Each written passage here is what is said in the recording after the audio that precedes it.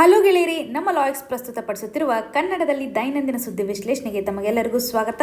ಇಂದು ನಾವು ನೋಡಲಿದ್ದೇವೆ ನವೆಂಬರ್ 23 ಹಾಗೂ ನವೆಂಬರ್ 24 ದಿ ಹಿಂದೂ ಪತ್ರಿಕೆಯಲ್ಲಿರ್ತಕ್ಕಂತಹ ಬಹುಮುಖ್ಯವಾದಂತಹ ಆರ್ಟಿಕಲ್ಸ್ಗಳನ್ನು.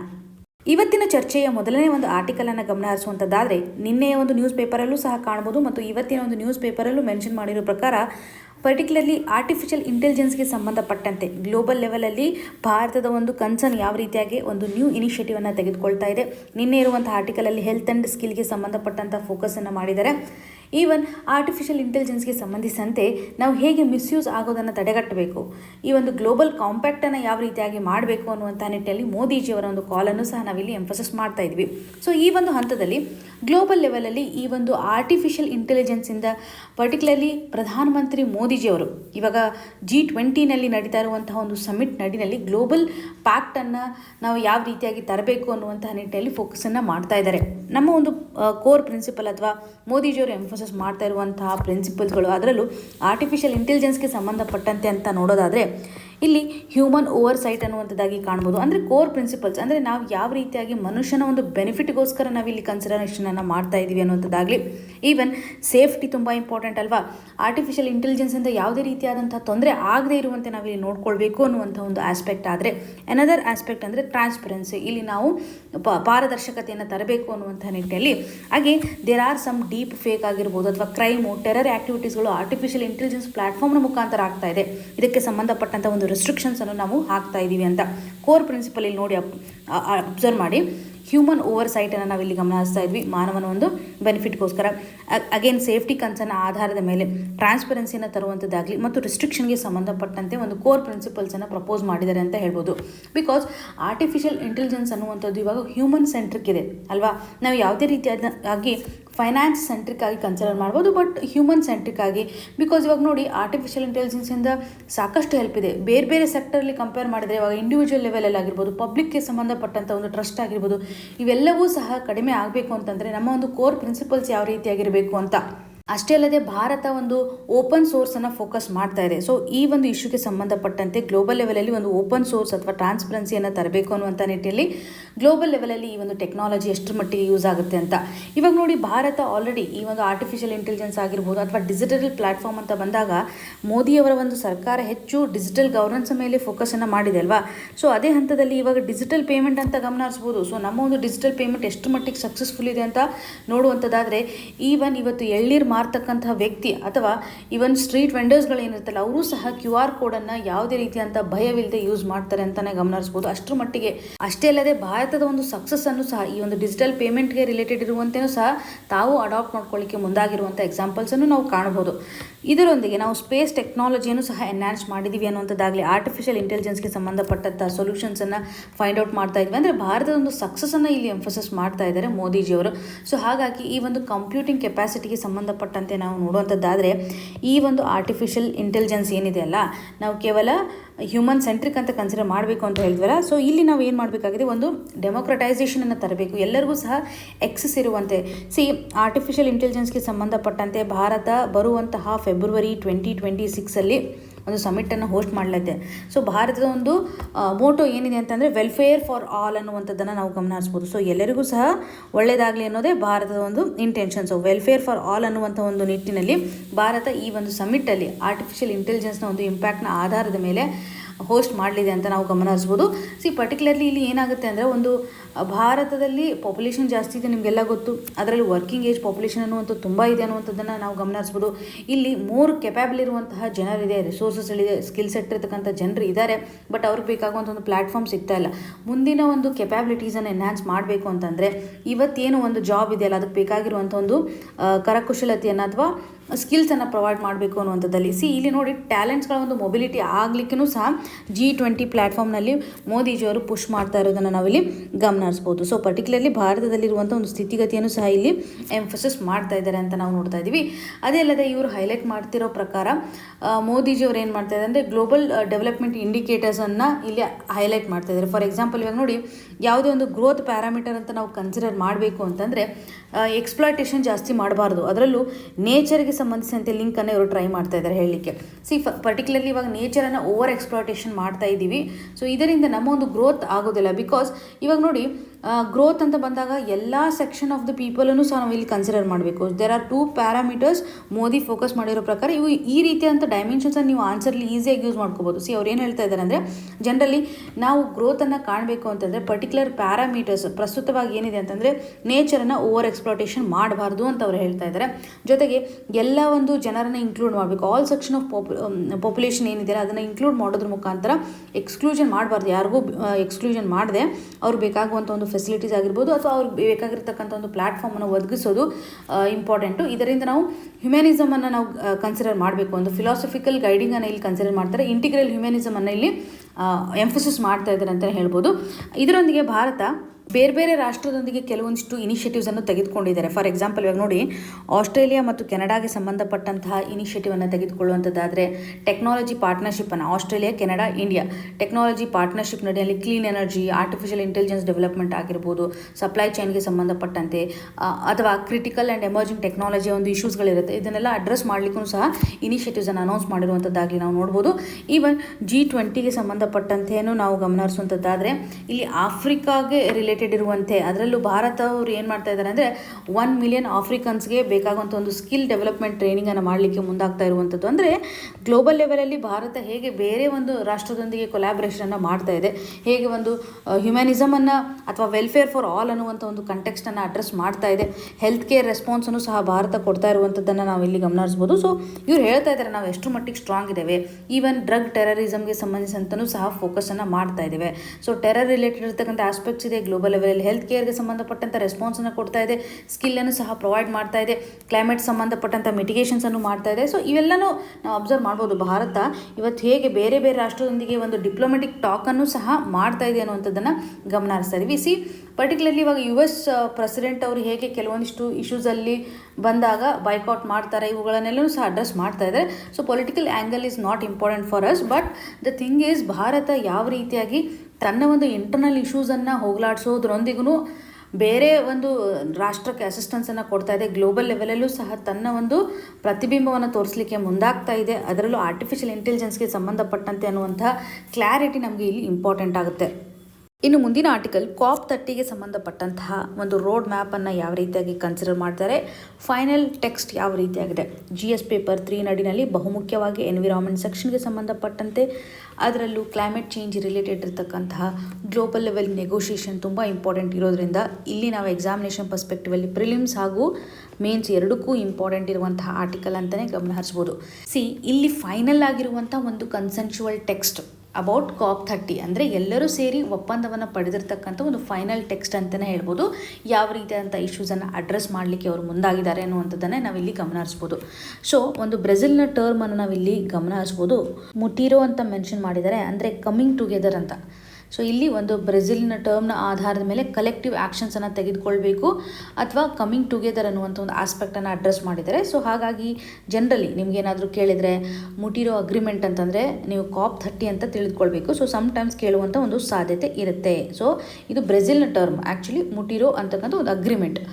ಇಲ್ಲಿ ಫೈನಲ್ ಆಗಿ ಏನನ್ನು ಅಡ್ರೆಸ್ ಮಾಡಲಿಕ್ಕೆ ಟ್ರೈ ಮಾಡಿದ್ದಾರೆ, ಪರ್ಟಿಕ್ಯುಲರ್ಲಿ ಇರುವಂತಹ ಬೇಸಿಕ್ ಇಶ್ಯೂ ಅಂತಂದರೆ ಕ್ಲೈಮೇಟ್ ಫೈನಾನ್ಸ್ಗೆ ಸಂಬಂಧಪಟ್ಟಂತೆ, ಅದರಲ್ಲೂ ಪ್ಯಾರಿಸ್ ಅಗ್ರಿಮೆಂಟಲ್ಲಿರುವಂಥ ಒಂದು ಆರ್ಟಿಕಲ್ 9 ಆಧಾರದ ಮೇಲೆ ಸಾಕಷ್ಟು ಫೋಕಸನ್ನು ಇವರು ಮಾಡಿದ್ದಾರೆ ಅಂತ ಹೇಳ್ಬೋದು. ಹೇಗೆ ಅಡಾಪ್ಟೇಷನ್ಗೆ ಸಂಬಂಧಪಟ್ಟಂಥ ಒಂದು ಫೈನಾನ್ಸನ್ನು ನಾವು ತರಬೇಕು, ಅಡಾಪ್ಟೇಷನ್ ರಿಲೇಟೆಡ್ ಇರುವಂತೆ ಸಾಕಷ್ಟು ಇಶ್ಯೂಸ್ಗಳಿದ್ದಾವೆ ಅನ್ನುವಂಥದ್ದಾಗಲಿ, ಮಿಟಿಗೇಷನ್ಗೆ ಸಂಬಂಧಿಸಿದಂಥ ಏನು ಗ್ಯಾಪ್ ಇದೆ ಅನ್ನುವಂಥದ್ದಾಗಲಿ, ಈವನ್ ಟ್ರೇಡ್ ಆಸ್ಪೆಕ್ಟ್ನ ಆಧಾರದ ಮೇಲೂ ಸಹ ಯೂನಿಲ್ಯಾಟ್ರಲಿ ಮೇಜರ್ಸನ್ನು ತೆಗೆದುಕೊಳ್ಳುವಂತಿಲ್ಲ. ಅಂದರೆ ಡೆವಲಪ್ಡ್ ನೇಷನ್ಸ್ಗಳು ಎಮಿಷನ್ಸನ್ನು ರೆಡ್ಯೂಸ್ ಮಾಡಬೇಕು ಅಂತ ಏನಾದರೂ ಡೆವಲಪಿಂಗ್ ನೇಷನ್ಸ್ ಮೇಲೆ ಸ್ಯಾಂಕ್ಷನ್ಸನ್ನು ಹಾಕಬಾರ್ದು, ಇದೊಂದು ಟ್ರೇಡ್ ಡಿಸ್ಟಾರ್ಷನ್ ಆಗುತ್ತೆ ಅನ್ನುವಂಥದ್ದನ್ನು ಸಹ ಇಲ್ಲಿ ಫೋಕಸ್ ಮಾಡಿದ್ದಾರೆ. ನ್ಯಾಷನಲಿ ಡಿಟರ್ಮೈನ್ಡ್ ಕಾಂಟ್ರಿಬ್ಯೂಷನ್ಗೆ ಸಂಬಂಧಪಟ್ಟಂಥ ಒಂದು ಪ್ರೋಗ್ರೆಸ್ಗೆ ರಿಲೇಟೆಡ್ ಇರುವಂಥದ್ದು ಸಹ ಎಂಫಸಸ್ ಮಾಡುವಂಥದ್ದು. 1.5 ಡಿಗ್ರಿ ಎಂಬಿಷಿಯಸ್ ಗ್ಯಾಪ್ ಏನಿದೆಯಲ್ಲ ಇದನ್ನು ಫುಲ್ಫಿಲ್ ಮಾಡಬೇಕು, ಈ ಒಂದು ಎಂಬಿಷಿಯಸ್ ಟಾರ್ಗೆಟ್ಸನ್ನು ಸಹ ಫುಲ್ಫಿಲ್ ಮಾಡಬೇಕು ಅನ್ನುವಂಥ ಹಂತದಲ್ಲಿ ಒಂದು ಡಿಸ್ಕಷನ್ ಆಗಿದೆ ಅಂತಲೇ ನಾವಿಲ್ಲಿ ಗಮನ ಹರಿಸ್ಬೋದು. ಇದು ಬೇಸಿಕ್ ಇಶ್ಯೂ ಇದೆ. ಇಲ್ಲಿ ಈ ಒಂದು ಇಶ್ಯೂನ ಅಡ್ರೆಸ್ ಮಾಡಲಿಕ್ಕೆ ಯಾವ ರೀತಿಯಾದಂಥ ಒಂದು ರೋಡ್ ಮ್ಯಾಪನ್ನು ಹಾಕಲಿಕ್ಕೆ ಮುಂದಾಗ್ತಾ ಇದ್ದಾರೆ ಅಂದರೆ ಪರ್ಟಿಕ್ಯುಲರ್ಲಿ 2 ರೀತಿಯಾದಂಥ ಫೋಕಸ್ ಗ್ಲೋಬಲ್ ಲೆವೆಲಲ್ಲಿ ನಾವು 2 ರೀತಿಯಾದಂಥ ಟಾರ್ಗೆಟನ್ನು ಹಾಕಬೇಕು. ಒಂದು ಡಿಫಾರೆಸ್ಟೇಷನ್ ಅಂತಕ್ಕಂಥ ಸಿಚುವೇಶನ್ ಏನಾಗ್ತಾ ಇದೆ, ಗಿಡ ಮರಗಳನ್ನು ನಾವೇನು ಕನ್ಸಿಡರ್ ಮಾಡ್ತಾ ಇದ್ದೀವಿ ಡೆವಲಪ್ಮೆಂಟ್ನ ಆಸ್ಪೆಕ್ಟ್ನ ಆಧಾರದ ಮೇಲೆ, ಈ ಒಂದು ಡಿಫಾರೆಸ್ಟೇಷನ್ಸನ್ನು ರೆಡ್ಯೂಸ್ ಮಾಡಬೇಕು, ಅಂದರೆ ರಿವರ್ಸ್ ಮಾಡಬೇಕು, ಕಂಪ್ಲೀಟಾಗಿ ಹಾಲ್ಟ್ ಮಾಡಬೇಕು ಅನ್ನುವಂಥದ್ದಾಗಿ ನಾವಿಲ್ಲಿ ನೋಡ್ತಾ ಇದ್ದೀವಿ. ಸೊ ಈ ಒಂದು ರಿಲೇಟೆಡ್ ಇರತಕ್ಕಂಥ ಇಶ್ಯೂಸ್ಗೆ ರೋಡ್ ಮ್ಯಾಪನ್ನು ಹಾಕಲಿಕ್ಕೆ, ಫಾರ್ ಎಕ್ಸಾಂಪಲ್ ಇವಾಗ ಗ್ಲೋಬಲ್ ಲೆವೆಲಲ್ಲಿರುವಂಥ ಒಂದು ಡಿಫಾರೆಸ್ಟೇಷನ್ ಏನಿದೆಯಲ್ಲ, ಇದು ಕ್ಲೈಮೇಟ್ ಚೇಂಜ್ಗೆ ಸಾಕಷ್ಟು ಇಂಪ್ಯಾಕ್ಟನ್ನು ಮಾಡ್ತಾ ಇದೆ ಅಲ್ವಾ. ಸೊ ಇವಾಗ ನೋಡಿ, ಅಮೆಝಾನ್ ರಿಲೇಟೆಡ್ ಇರತಕ್ಕಂತಹ ನೇಷನ್ಸ್ಗಳು ಇವಾಗ ಟ್ರಾಪಿಕಲ್ ಫಾರೆಸ್ಟ್ ಅಥವಾ ಆಫ್ರಿಕನ್ ಏಷ್ಯಾ ಎಲ್ಲೆಲ್ಲಿ ಟ್ರಾಪಿಕ್ ಫಾರೆಸ್ಟ್ ಇದೆಲ್ಲ ಅವ್ರಿಗೆ ಸಂಬಂಧಪಟ್ಟಂಥ ಒಂದು ಇನ್ವೆಸ್ಟ್ಮೆಂಟನ್ನು ಅಥವಾ ಫೈನಾನ್ಸ್ ಮಾಡಲಿಕ್ಕೂ ಮುಂದಾಗಿರುವಂಥದ್ದನ್ನು ನೋಡ್ತಾ ಇದ್ದೀವಿ. ಈ ಪ್ಲಾಟ್ಫಾರ್ಮ್ನ ಮುಖಾಂತರ ಟ್ರಾಪಿಕಲ್ ರೀಜನಲ್ಲಿ ಇರ್ತಕ್ಕಂಥ ಫಾರೆಸ್ಟನ್ನು ರೀಸ್ಟೋರೇಷನ್ ಮಾಡುವಂಥದ್ದು, ಪ್ರೊಟೆಕ್ಷನನ್ನು ಮಾಡುವಂಥದ್ದು. ಸೊ ಇಲ್ಲಿ ಫೈನಾನ್ಸನ್ನು ಲಿಂಕ್ ಮಾಡಲಿಕ್ಕೆ ಟ್ರೈ ಮಾಡ್ತಾ ಇದ್ದಾರೆ. ಜೊತೆಗೆ ನಾವು ಇನ್ವೆಸ್ಟ್ ಮಾಡೋದ್ರಿಂದ ಲೈವ್ಲಿಹುಡ್ಗೂ ಸಹ ಸಪೋರ್ಟನ್ನು ಮಾಡುತ್ತೆ. ಫಾರೆಸ್ಟ್ನ ಆಧಾರದ ಮೇಲೆ ಒಂದು ಫೋಕಸ್ ಆಗಿದೆ ಅಂತ ನಾವು ಗಮನಿಸ್ಬೋದು. ಸೊ ಅಗೇನ್ ಇವಾಗ ಅನದರ್ ಬಿಗ್ಗೆಸ್ಟ್ ಚಾಲೆಂಜ್ ಅಂತಂದರೆ ಫಾಸಿಲ್ ಫ್ಯೂಯಲ್ಸ್ಗೆ ಸಂಬಂಧಪಟ್ಟಂಥ ಒಂದು ಬಳಕೆ. ಇವಾಗ ಡೆವಲಪಿಂಗ್ ನೇಷನ್ಸ್ಗಳು ಫಾಸಿಲ್ ಫ್ಯೂಯಲ್ಸನ್ನು ಹೆಚ್ಚು ಬಳಕೆ ಮಾಡ್ಕೋತಾರೆ ಅಂತ ನೋಡ್ತಾ ಇದ್ದೀವಿ. ಇದರ ಹಂತದಲ್ಲಿ ನಾವು ನೋಡೋದಾದರೆ ಮೊದಲು ಫೇಸ್ ಔಟ್, ಫೇಸ್ ಡೌನ್ ಅಂತಕ್ಕಂಥ ಒಂದು ಇಶ್ಯೂ ಇತ್ತಲ್ಲ. ಸೊ ಇಲ್ಲಿ ಯಾವುದೇ ರೀತಿಯಾಗಿ ಆ ಟರ್ಮ್ಸನ್ನು ಯೂಸ್ ಮಾಡ್ತಾ ಇಲ್ಲ. ಬ್ಯಾಲೆನ್ಸ್ಡ್ ಆಗಿ ಇವಾಗ ಗ್ಲೋಬಲ್ ಲೆವೆಲಲ್ಲಿ ಇರ್ತಕ್ಕಂಥ ಸೌತ್ ಅಂದರೆ ಡೆವಲಪಿಂಗ್ ನೇಷನ್ಸ್ಗಳಾಗಿರ್ಬೋದು ಅಥವಾ ಯುರೋಪಿಯನ್ ಯೂನಿಯನ್, ಯುನೈಟೆಡ್ ಸ್ಟೇಟ್ಸ್, ಇವೆಲ್ಲನೂ ಸಹ ಫೋರ್ಸ್ ಮಾಡ್ತಾ ಇದ್ದಾರೆ. ಬಟ್ ಯಾವುದೇ ರೀತಿಯಾಗಿ ಇಲ್ಲಿ ಟೆಕ್ಸ್ಟನ್ನು ಎಂಫಸಿಸ್ ಮಾಡಿಲ್ಲ. ಬಟ್ ಇವ್ರು ಹೇಳೋ ಪ್ರಕಾರ ನಾವು ಹೆಚ್ಚು ಇಕ್ವಿಟಬಲ್ ಮತ್ತು ಆರ್ಡರ್ಲಿ ಬೇಸಿಸ್ನ ಆಧಾರದ ಮೇಲೆ ಫಾಸಿಲ್ ಫ್ಯೂಯಲ್ಸ್ಗಳನ್ನು ಟ್ರಾನ್ಸಿಷನ್ ಲೆವೆಲಲ್ಲಿ ತೆಗೆದುಕೊಂಡು ಹೋಗಬೇಕು ಹೊರತಾಗಿ ಫೇಸ್ ಡೌನ್ ಅಂತ ಒಂದು ಟೈಮ್ ಲೈನನ್ನು ಕೊಟ್ಟಿಲ್ಲ. ಓಕೆ, ಯಾವುದೇ ರೀತಿಯಾಗಿ ಒಂದು ಟೈಮ್ ಲೈನನ್ನು ಇಲ್ಲಿ ಫೋರ್ಸ್ ಮಾಡ್ತಾ ಇಲ್ಲ ಅಂತಲೇ ನಾವು ಗಮನಿಸ್ಬೋದು. ಇದು ಡೆವಲಪಿಂಗ್ ನೇಷನ್ಸ್ಗಳಿಗೆ ಬಹುಮುಖ್ಯವಾಗಿ ಸಹಕಾರಿ ಆಗುತ್ತೆ ಅನ್ನುವಂಥದ್ದನ್ನೇ ನಾವಿಲ್ಲಿ ಟೇಕ್ ಅವೇ ಪಾಯಿಂಟ್ ಆಗಿ ಕನ್ಸಿಡರ್ ಮಾಡ್ಬೋದು. ಸೊ ಇಲ್ಲಿ ಒಂದು ಅಡಾಪ್ಟೇಷನ್ಗೋಸ್ಕರ ಸಾಕಷ್ಟು ಫೋಕಸನ್ನು ಮಾಡಿದ್ದಾರೆ. ಓಕೆ, ಯಾವುದೇ ರೀತಿಯಾಗಿ ಕ್ಲೈಮೇಟ್ ರಿಲೇಟೆಡ್ ಇರುವಂತೆ ಅಡಾಪ್ಟೇಷನ್ಸ್ ಮಾಡಬೇಕು ಅಂತಂದರೆ definitely the finance is the biggest thing ಅಲ್ವಾ.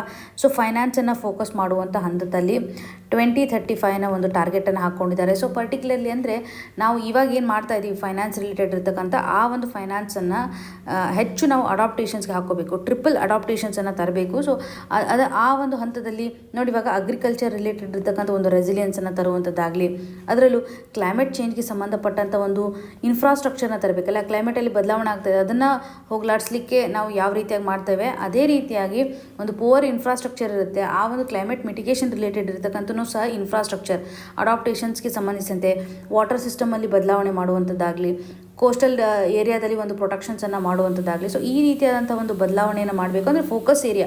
ಸೊ ಅಗ್ರಿಕಲ್ಚರ್ ಆಸ್ಪೆಕ್ಟ್ ಆಗಿರ್ಬೋದು, ಅದರಲ್ಲೂ ಕ್ಲೈಮೇಟ್ ಪ್ರೂಫ್ ಇನ್ಫ್ರಾಸ್ಟ್ರಕ್ಚರನ್ನು ತೆಗೆದುಕೊಳ್ಳುವಂಥದ್ದಾಗಲಿ, ವಾಟರ್ ಸಿಸ್ಟಮನ್ನು ಅಥವಾ ವಾಟರ್ ರಿಲೇಟೆಡ್ ಇರ್ತಕ್ಕಂಥ ಇಶ್ಯೂಸ್ ಆಗಿರ್ಬೋದು, ಕೋಸ್ಟಲ್ ಪ್ರೊಟೆಕ್ಷನ್. ಸೊ ಈ ರೀತಿಯಾಗಿ ನಾವು ಹೇಗೆ ಅಡಾಪ್ಟೇಷನ್ಸ್ ಯಾವ್ಯಾವ ಏರಿಯಾದಲ್ಲಿ ಫೋಕಸ್ ಮಾಡಬೇಕು ಅನ್ನೋಂಥದ್ದನ್ನು ಗಮನ ಹರಿಸ್ತಾ ಇದ್ದಾರೆ.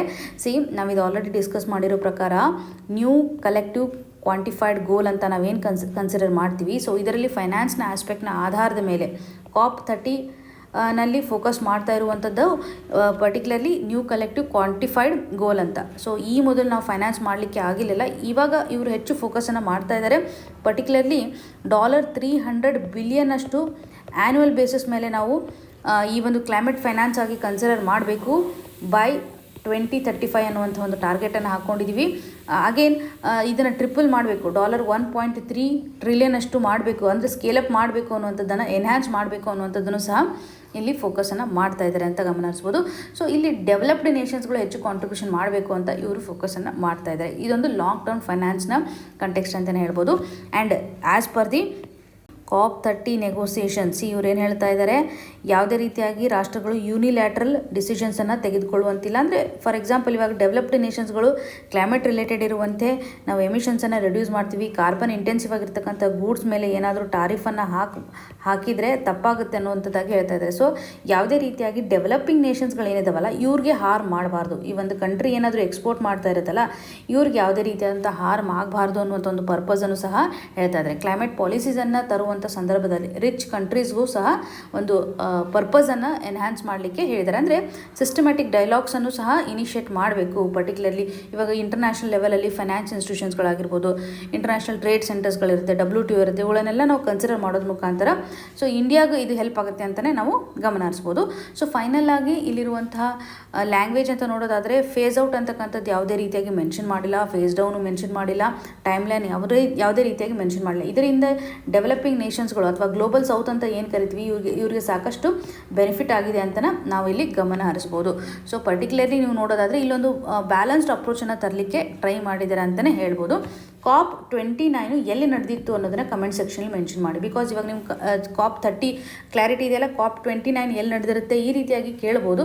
ಸೊ ಅದರ ಆಧಾರದ ಮೇಲೆ COP29 ಎಲ್ಲಿ ನಡೆದಿರುತ್ತೆ ಹಾಗೂ ಪರ್ಟಿಕ್ಯುಲರ್ಲಿ ಇವಾಗ ಏನು ಬಂದಿದೆಯಲ್ಲ ಔಟ್ಕಮ್ಮು, ಇದರ ಆಧಾರದ ಮೇಲೂ ಸಹ ಕ್ವಶನ್ಸ್ಗಳು ಕೇಳುವಂಥ ಒಂದು ಸಾಧ್ಯತೆ ಜಾಸ್ತಿ ಇರುತ್ತೆ. ಸೊ ನೀವು ಇಲ್ಲಿ ಅಬ್ಸರ್ವ್ ಮಾಡಿ, ಫಾಸಿಲ್ ಫ್ಯೂಯಲ್ಸ್ಗೆ ಸಂಬಂಧಪಟ್ಟಂಥ ಇಶ್ಯೂ ಲಾಸ್ಟ್ ಟೈಮು ಇತ್ತು, ಇವಾಗೂ ಇದೆ. ಇವಾಗ ಇವ್ರು ಏನು ಮಾಡ್ತಾ ಇದ್ದಾರೆ ಅಂದರೆ, ಒಂದು ಫೈನಾನ್ಸ್ನ ಆಧಾರದ ಮೇಲೆ ಏನು ಇಶ್ಯೂ ಇತ್ತು ಅದನ್ನು ರಿಸಾಲ್ವ್ ಮಾಡಲಿಕ್ಕೆ ಟ್ರೈ ಮಾಡ್ತಾ ಇದ್ದಾರೆ. ಆ್ಯಂಡ್ ಕ್ಲೈಮೇಟ್ ಚೇಂಜ್ಗೆ ಬಿಗ್ಗೆಸ್ಟ್ ಕಾಂಟ್ರಿಬ್ಯೂಟರ್ ಅಂತಂದರೆ ಡಿಫಾರೆಸ್ಟೇಷನ್ ಇಶ್ಯೂ. ಸೊ ಈ ಒಂದು ಡಿಫಾರೆಸ್ಟೇಷನ್ ಆಧಾರದ ಮೇಲೂ ಸಹ ತೊಂದರೆ ಆಗ್ತಾ ಇದೆಯಲ್ಲ, ಅದನ್ನು ರೆಡ್ಯೂಸ್ ಮಾಡಬೇಕು ಅನ್ನುವಂಥ ನಿಟ್ಟಲ್ಲಿ ಟ್ರಾಪಿಕಲಲ್ಲಿ ಇರತಕ್ಕಂಥ ಫಾರೆಸ್ಟ್ ಮೇಲೆ ಪ್ರೊಟೆಕ್ಷನ್ನ ಮಾಡಬೇಕು ಅನ್ನುವಂಥದ್ದಾಗಿಯೂ ಸಹ ಫೋಕಸನ್ನು ಮಾಡ್ತಾ ಇದ್ದಾರೆ. ಇವೆಲ್ಲನೂ ಸಹ ಟೇಕ್ ಅವೇ ಪಾಯಿಂಟ್. ನಿಮಗೆ ಈ ಒಂದು ಅಗ್ರಿಮೆಂಟ್ನ ಔಟ್ಕಮ್ ಏನಿದೆ, ಸೊ ಯಾವ ರೀತಿಯಾಗಿ ಇವರು ಇನಿಷಿಯೇಟಿವ್ಸನ್ನು ತೆಗೆದುಕೊಳ್ಳಿಕ್ಕೆ ಮುಂದಾಗ್ತಾ ಇದ್ದಾರೆ ಅನ್ನುವಂಥ ಒಂದು ಕ್ಲಾರಿಟಿ ಇಂಪಾರ್ಟೆಂಟು. ಇಷ್ಟು ಇನ್ಫಾರ್ಮೇಷನ್ಸನ್ನು ಈ ಒಂದು ಇಶ್ಯೂಗೆ ಸಂಬಂಧಪಟ್ಟಂತೆ ಹೇಗೆ COP30 ಇವಾಗ at least they are trying to provide a climate justice ಅನ್ನುವಂಥದ್ದಾಗಿ ಗಮನ ಹರಿಸ್ಬೋದು. ಇನ್ನು ಮುಂದಿನ ಆರ್ಟಿಕಲನ್ನು ನೋಡುವಂಥದ್ದಾದರೆ, ಮುಂಬರುವಂತಹ ಒಂದು ವಿಂಟರ್ ಸೆಷನ್ನಲ್ಲಿ ಇನ್ಶೂರೆನ್ಸಲ್ಲಿ 100% FDIನ ತರಬೇಕು ಅನ್ನುವಂತಹ ನಿಟ್ಟಿನಲ್ಲಿ ಒಂದು ಬಿಲ್ಲನ್ನು ಇಂಟ್ರೊಡ್ಯೂಸ್ ಮಾಡಲಿದ್ದಾರೆ ಅಂತ ನಾವಿಲ್ಲಿ ಕಾಣ್ತಾ ಇದ್ವಿ. ಸೊ ಪರ್ಟಿಕ್ಯುಲರ್ಲಿ FDI ಆಸ್ಪೆಕ್ಟ್ ನಮಗೆ ಇಂಪಾರ್ಟೆಂಟ್. ಫಾರಿನ್ ಡೈರೆಕ್ಟ್ ಇನ್ವೆಸ್ಟ್ಮೆಂಟ್ ಅಂದರೆ ಏನು, ಇದರಿಂದ ಆ್ಯಕ್ಚುಯಲ್ ಬೆನಿಫಿಟ್ ಏನಾಗುತ್ತೆ, ಅದರಲ್ಲೂ ಇನ್ಶೂರೆನ್ಸ್ ಅಂತ ಬಂದಾಗ ಯಾವ ರೀತಿಯಂಥ ಬೆನಿಫಿಟನ್ನು ಇದು ತರಬಹುದು ಅಂತ ನಾವಿಲ್ಲಿ ಗಮನಿಸ್ತಾ ಇದ್ವಿ. ಹೊಸದೊಂದು ಬಿಲ್ಲನ್ನು 2025ರಲ್ಲಿ ಅದರಲ್ಲೂ ಗೌರ್ಮೆಂಟ್ ಇಂಟ್ರೊಡ್ಯೂಸ್ ಮಾಡಲಿಕ್ಕೆ ಮುಂದಾಗ್ತಾ ಇದೆ ಅಂತ ನೋಡ್ಬೋದು. ಇನ್ಶೂರೆನ್ಸ್ ಲಾಗೆ ಸಂಬಂಧಿಸಿದಂಥ ಒಂದು ಬಿಲ್ ಆಗಿದೆ. ಓಕೆ, ಈ ಒಂದು ಬಿಲ್ ನಡಿನಲ್ಲಿ ಪರ್ಟಿಕ್ಯುಲರ್ಲಿ 74% ಇರುವಂಥದ್ದು ಒಂದು 100%ಕ್ಕೆ ಎನ್ಹಾನ್ಸ್ ಮಾಡಲಿಕ್ಕೆ ಮುಂದಾಗ್ತಾ ಇದ್ದಾರೆ. FDIನ ಫಾರಿನ್ ಡೈರೆಕ್ಟ್ ಇನ್ವೆಸ್ಟ್ಮೆಂಟನ್ನು ಎನ್ಹಾನ್ಸ್ ಮಾಡಲಿಕ್ಕೆ ಮುಂದಾಗ್ತಾ ಇದ್ದಾರೆ ಅಂತ ನಾವು ನೋಡ್ತಾ ಇದ್ದೀವಿ. ಸೊ ಇದರಿಂದ 100% ಇನ್ವೆಸ್ಟ್ಮೆಂಟನ್ನು ಫಾರಿನ್ ಎಂಟಿಟಿ ಭಾರತದಲ್ಲಿ ಅದರಲ್ಲೂ ಇನ್ಶೂರೆನ್ಸ್ಗೆ ಸಂಬಂಧಪಟ್ಟಂತೆ ಮಾಡ್ಬೋದು ಅಂತ ಒಂದು ಪ್ರಪೋಸಲ್ ಇದೆ. ಸೊ ಇದರಿಂದ ಏನಾಗುತ್ತೆ ಅಂದರೆ, ನೋಡಿ, ನಮ್ಮ ಒಂದು ಇನ್ಶೂರೆನ್ಸ್ ಸೆಕ್ಟರ್ ಅಂತ ನಾವು ತೆಗೆದುಕೊಂಡಾಗ ಇನ್ಶೂರೆನ್ಸ್ನ ಪಾಪ್ಯುಲಾರಿಟಿ ಜಾಸ್ತಿ ಆಗುತ್ತೆ. ಇನ್ಶೂರೆನ್ಸ್ ಸೆಕ್ಟರ್ಗೆ ಸಂಬಂಧಪಟ್ಟಂತೆ ಇನ್ಶೂರೆನ್ಸ್ ಪೆನೆಟ್ರೇಷನ್ಸ್ಗಳು ಇದಕ್ಕೆ ಸಂಬಂಧಿಸಿದಂಥ ಒಂದು ಅವೇರ್ನೆಸ್ ಜಾಸ್ತಿ ಆಗುತ್ತೆ ಅಂತಲೇ ನಾವು ಗಮನ ಹರಿಸ್ಬೋದು. ಜೊತೆಗೆ ಈ ಒಂದು ಸೆಕ್ಟರಲ್ಲಿ ಗ್ರೋತ್ ಆ್ಯಂಡ್ ಡೆವಲಪ್ಮೆಂಟನ್ನು ನಾವು ಕಾಣ್ತೇವೆ. ಸೊ ಸೆಕ್ಟೋರಲ್ ಗ್ರೋತ್ ಆಗುತ್ತೆ ಅಂತ ಗಮನ ಹರಿಸ್ಬೋದಲ್ವಾ. ಬೇರೆ ಒಂದು ಎಂಟಿಟಿ ಅಂದರೆ ಭಾರತವನ್ನು ಹೊರತುಪಡಿಸಿ ಬೇರೆದವ್ರು ಬಂದು ಇನ್ಶೂರೆನ್ಸಲ್ಲಿ ಇನ್ನೂ ಹೆಚ್ಚು ಮಾಡಲಿಕ್ಕೆ ಈಸಿಯಾಗಿ ಒಂದು ಅವಕಾಶ ಇದೆ ಅಂತಂದಾಗ ಅವರು ಸಹ ಇನ್ವೆಸ್ಟ್ಮೆಂಟ್ ಮಾಡಲಿಕ್ಕೆ ಮುಂದಾಗ್ತಾರೆ. ಒಂದು ಏಜ್ ಆಫ್ ಡೂಯಿಂಗ್ ಬಿಸ್ನೆಸ್ಸು ಸಹ ಈಸಿ ಆಗುತ್ತಲ್ವ, ಈಸಿಲಿ ಅವ್ರು ಬಿಸ್ನೆಸ್ ಮಾಡ್ಬೋದು ಅನ್ನುವಂಥದ್ದನ್ನು ಗಮನ ಹರಿಸ್ಬೋದು ಅಲ್ವಾ. ಗ್ಲೋಬಲ್ ಲೆವೆಲ್ ಇರುವಂಥ ಒಂದು ಕ್ಯಾಪಿಟಲ್ ಆಗಿರ್ಬೋದು ಅಥವಾ ಟೆಕ್ನಾಲಜಿ ಆಗಿರ್ಬೋದು, ಇವೆರಡೂ ಸಹ ಭಾರತಕ್ಕೆ ಬರುತ್ತೆ. Okay, inflow of technology and capital ಅಂತ ಹೇಳ್ಬೋದಲ್ವಾ. ಸೊ ಇದರಿಂದ ನಾವು ಮಾಡರ್ನೈಸ್ ಮಾಡ್ಬೋದು. ನಮ್ಮ ಒಂದು ಇನ್ಶೂರೆನ್ಸ್ ಏನಿದೆಯಲ್ಲ, ಇನ್ಶೂರೆನ್ಸ್ ಫ್ರೇಮ್ವರ್ಕನ್ನು ಸ್ಟ್ರಾಂಗ್ ಮಾಡ್ತಾ ಇದ್ದೀವಿ ಅನ್ನುವಂಥ ಒಂದು ರಿಫ್ಲೆಕ್ಷನು ಸಿಕ್ಕುತ್ತೆ. ಇಲ್ಲಿ ಕಂಪ್ಲೀಟಾಗಿ 100% ಅಲೌ ಮಾಡ್ತಾ ಇದ್ದೀವಿ ಅಂತಲೇ ಗಮನ ಹರಿಸ್ಬೋದು. ಸೊ ಇವಾಗ 74% ಇರೋದನ್ನು 100% ಮಾಡಲಿಕ್ಕೆ ಮುಂದಾಗ್ತಾ ಇದ್ದಾರೆ ಅಂತ ನೋಡ್ತಾ ಇದ್ದೀವಿ. ಸೊ ಇದಕ್ಕೆ ಸಂಬಂಧಪಟ್ಟಂತೆ ಇನ್ಶೂರೆನ್ಸ್ ಆ್ಯಕ್ಟ್ ಏನಿದೆಯಲ್ಲ, 1938 ಆ್ಯಕ್ಟ್. ಸೊ ಈ ಒಂದು ಆ್ಯಕ್ಟ್ ನಡಿಯಲ್ಲಿ ಬದಲಾವಣೆ ಮಾಡಬೇಕಾಗುತ್ತೆ ಅವರು. ಅದರಲ್ಲೂ ಇನ್ಶೂರೆನ್ಸ್ಗೆ ಸಂಬಂಧಪಟ್ಟಂಥ ಆ್ಯಕ್ಟ್ ಅಂತಲೇ ನಾವು ಗಮನ ಹರಿಸ್ಬೋದು. 1938 ಇನ್ಶೂರೆನ್ಸ್ ಆ್ಯಕ್ಟ್. ಅದಾದ ಮೇಲೆ ಇವರು LICಗೆ ಸಂಬಂಧಪಟ್ಟಂಥ ಒಂದು ಆ್ಯಕ್ಟ್ 1956 ಇದರಲ್ಲೂ ಸಹ ಬದಲಾವಣೆನ ಮಾಡಬೇಕಾಗತ್ತೆ.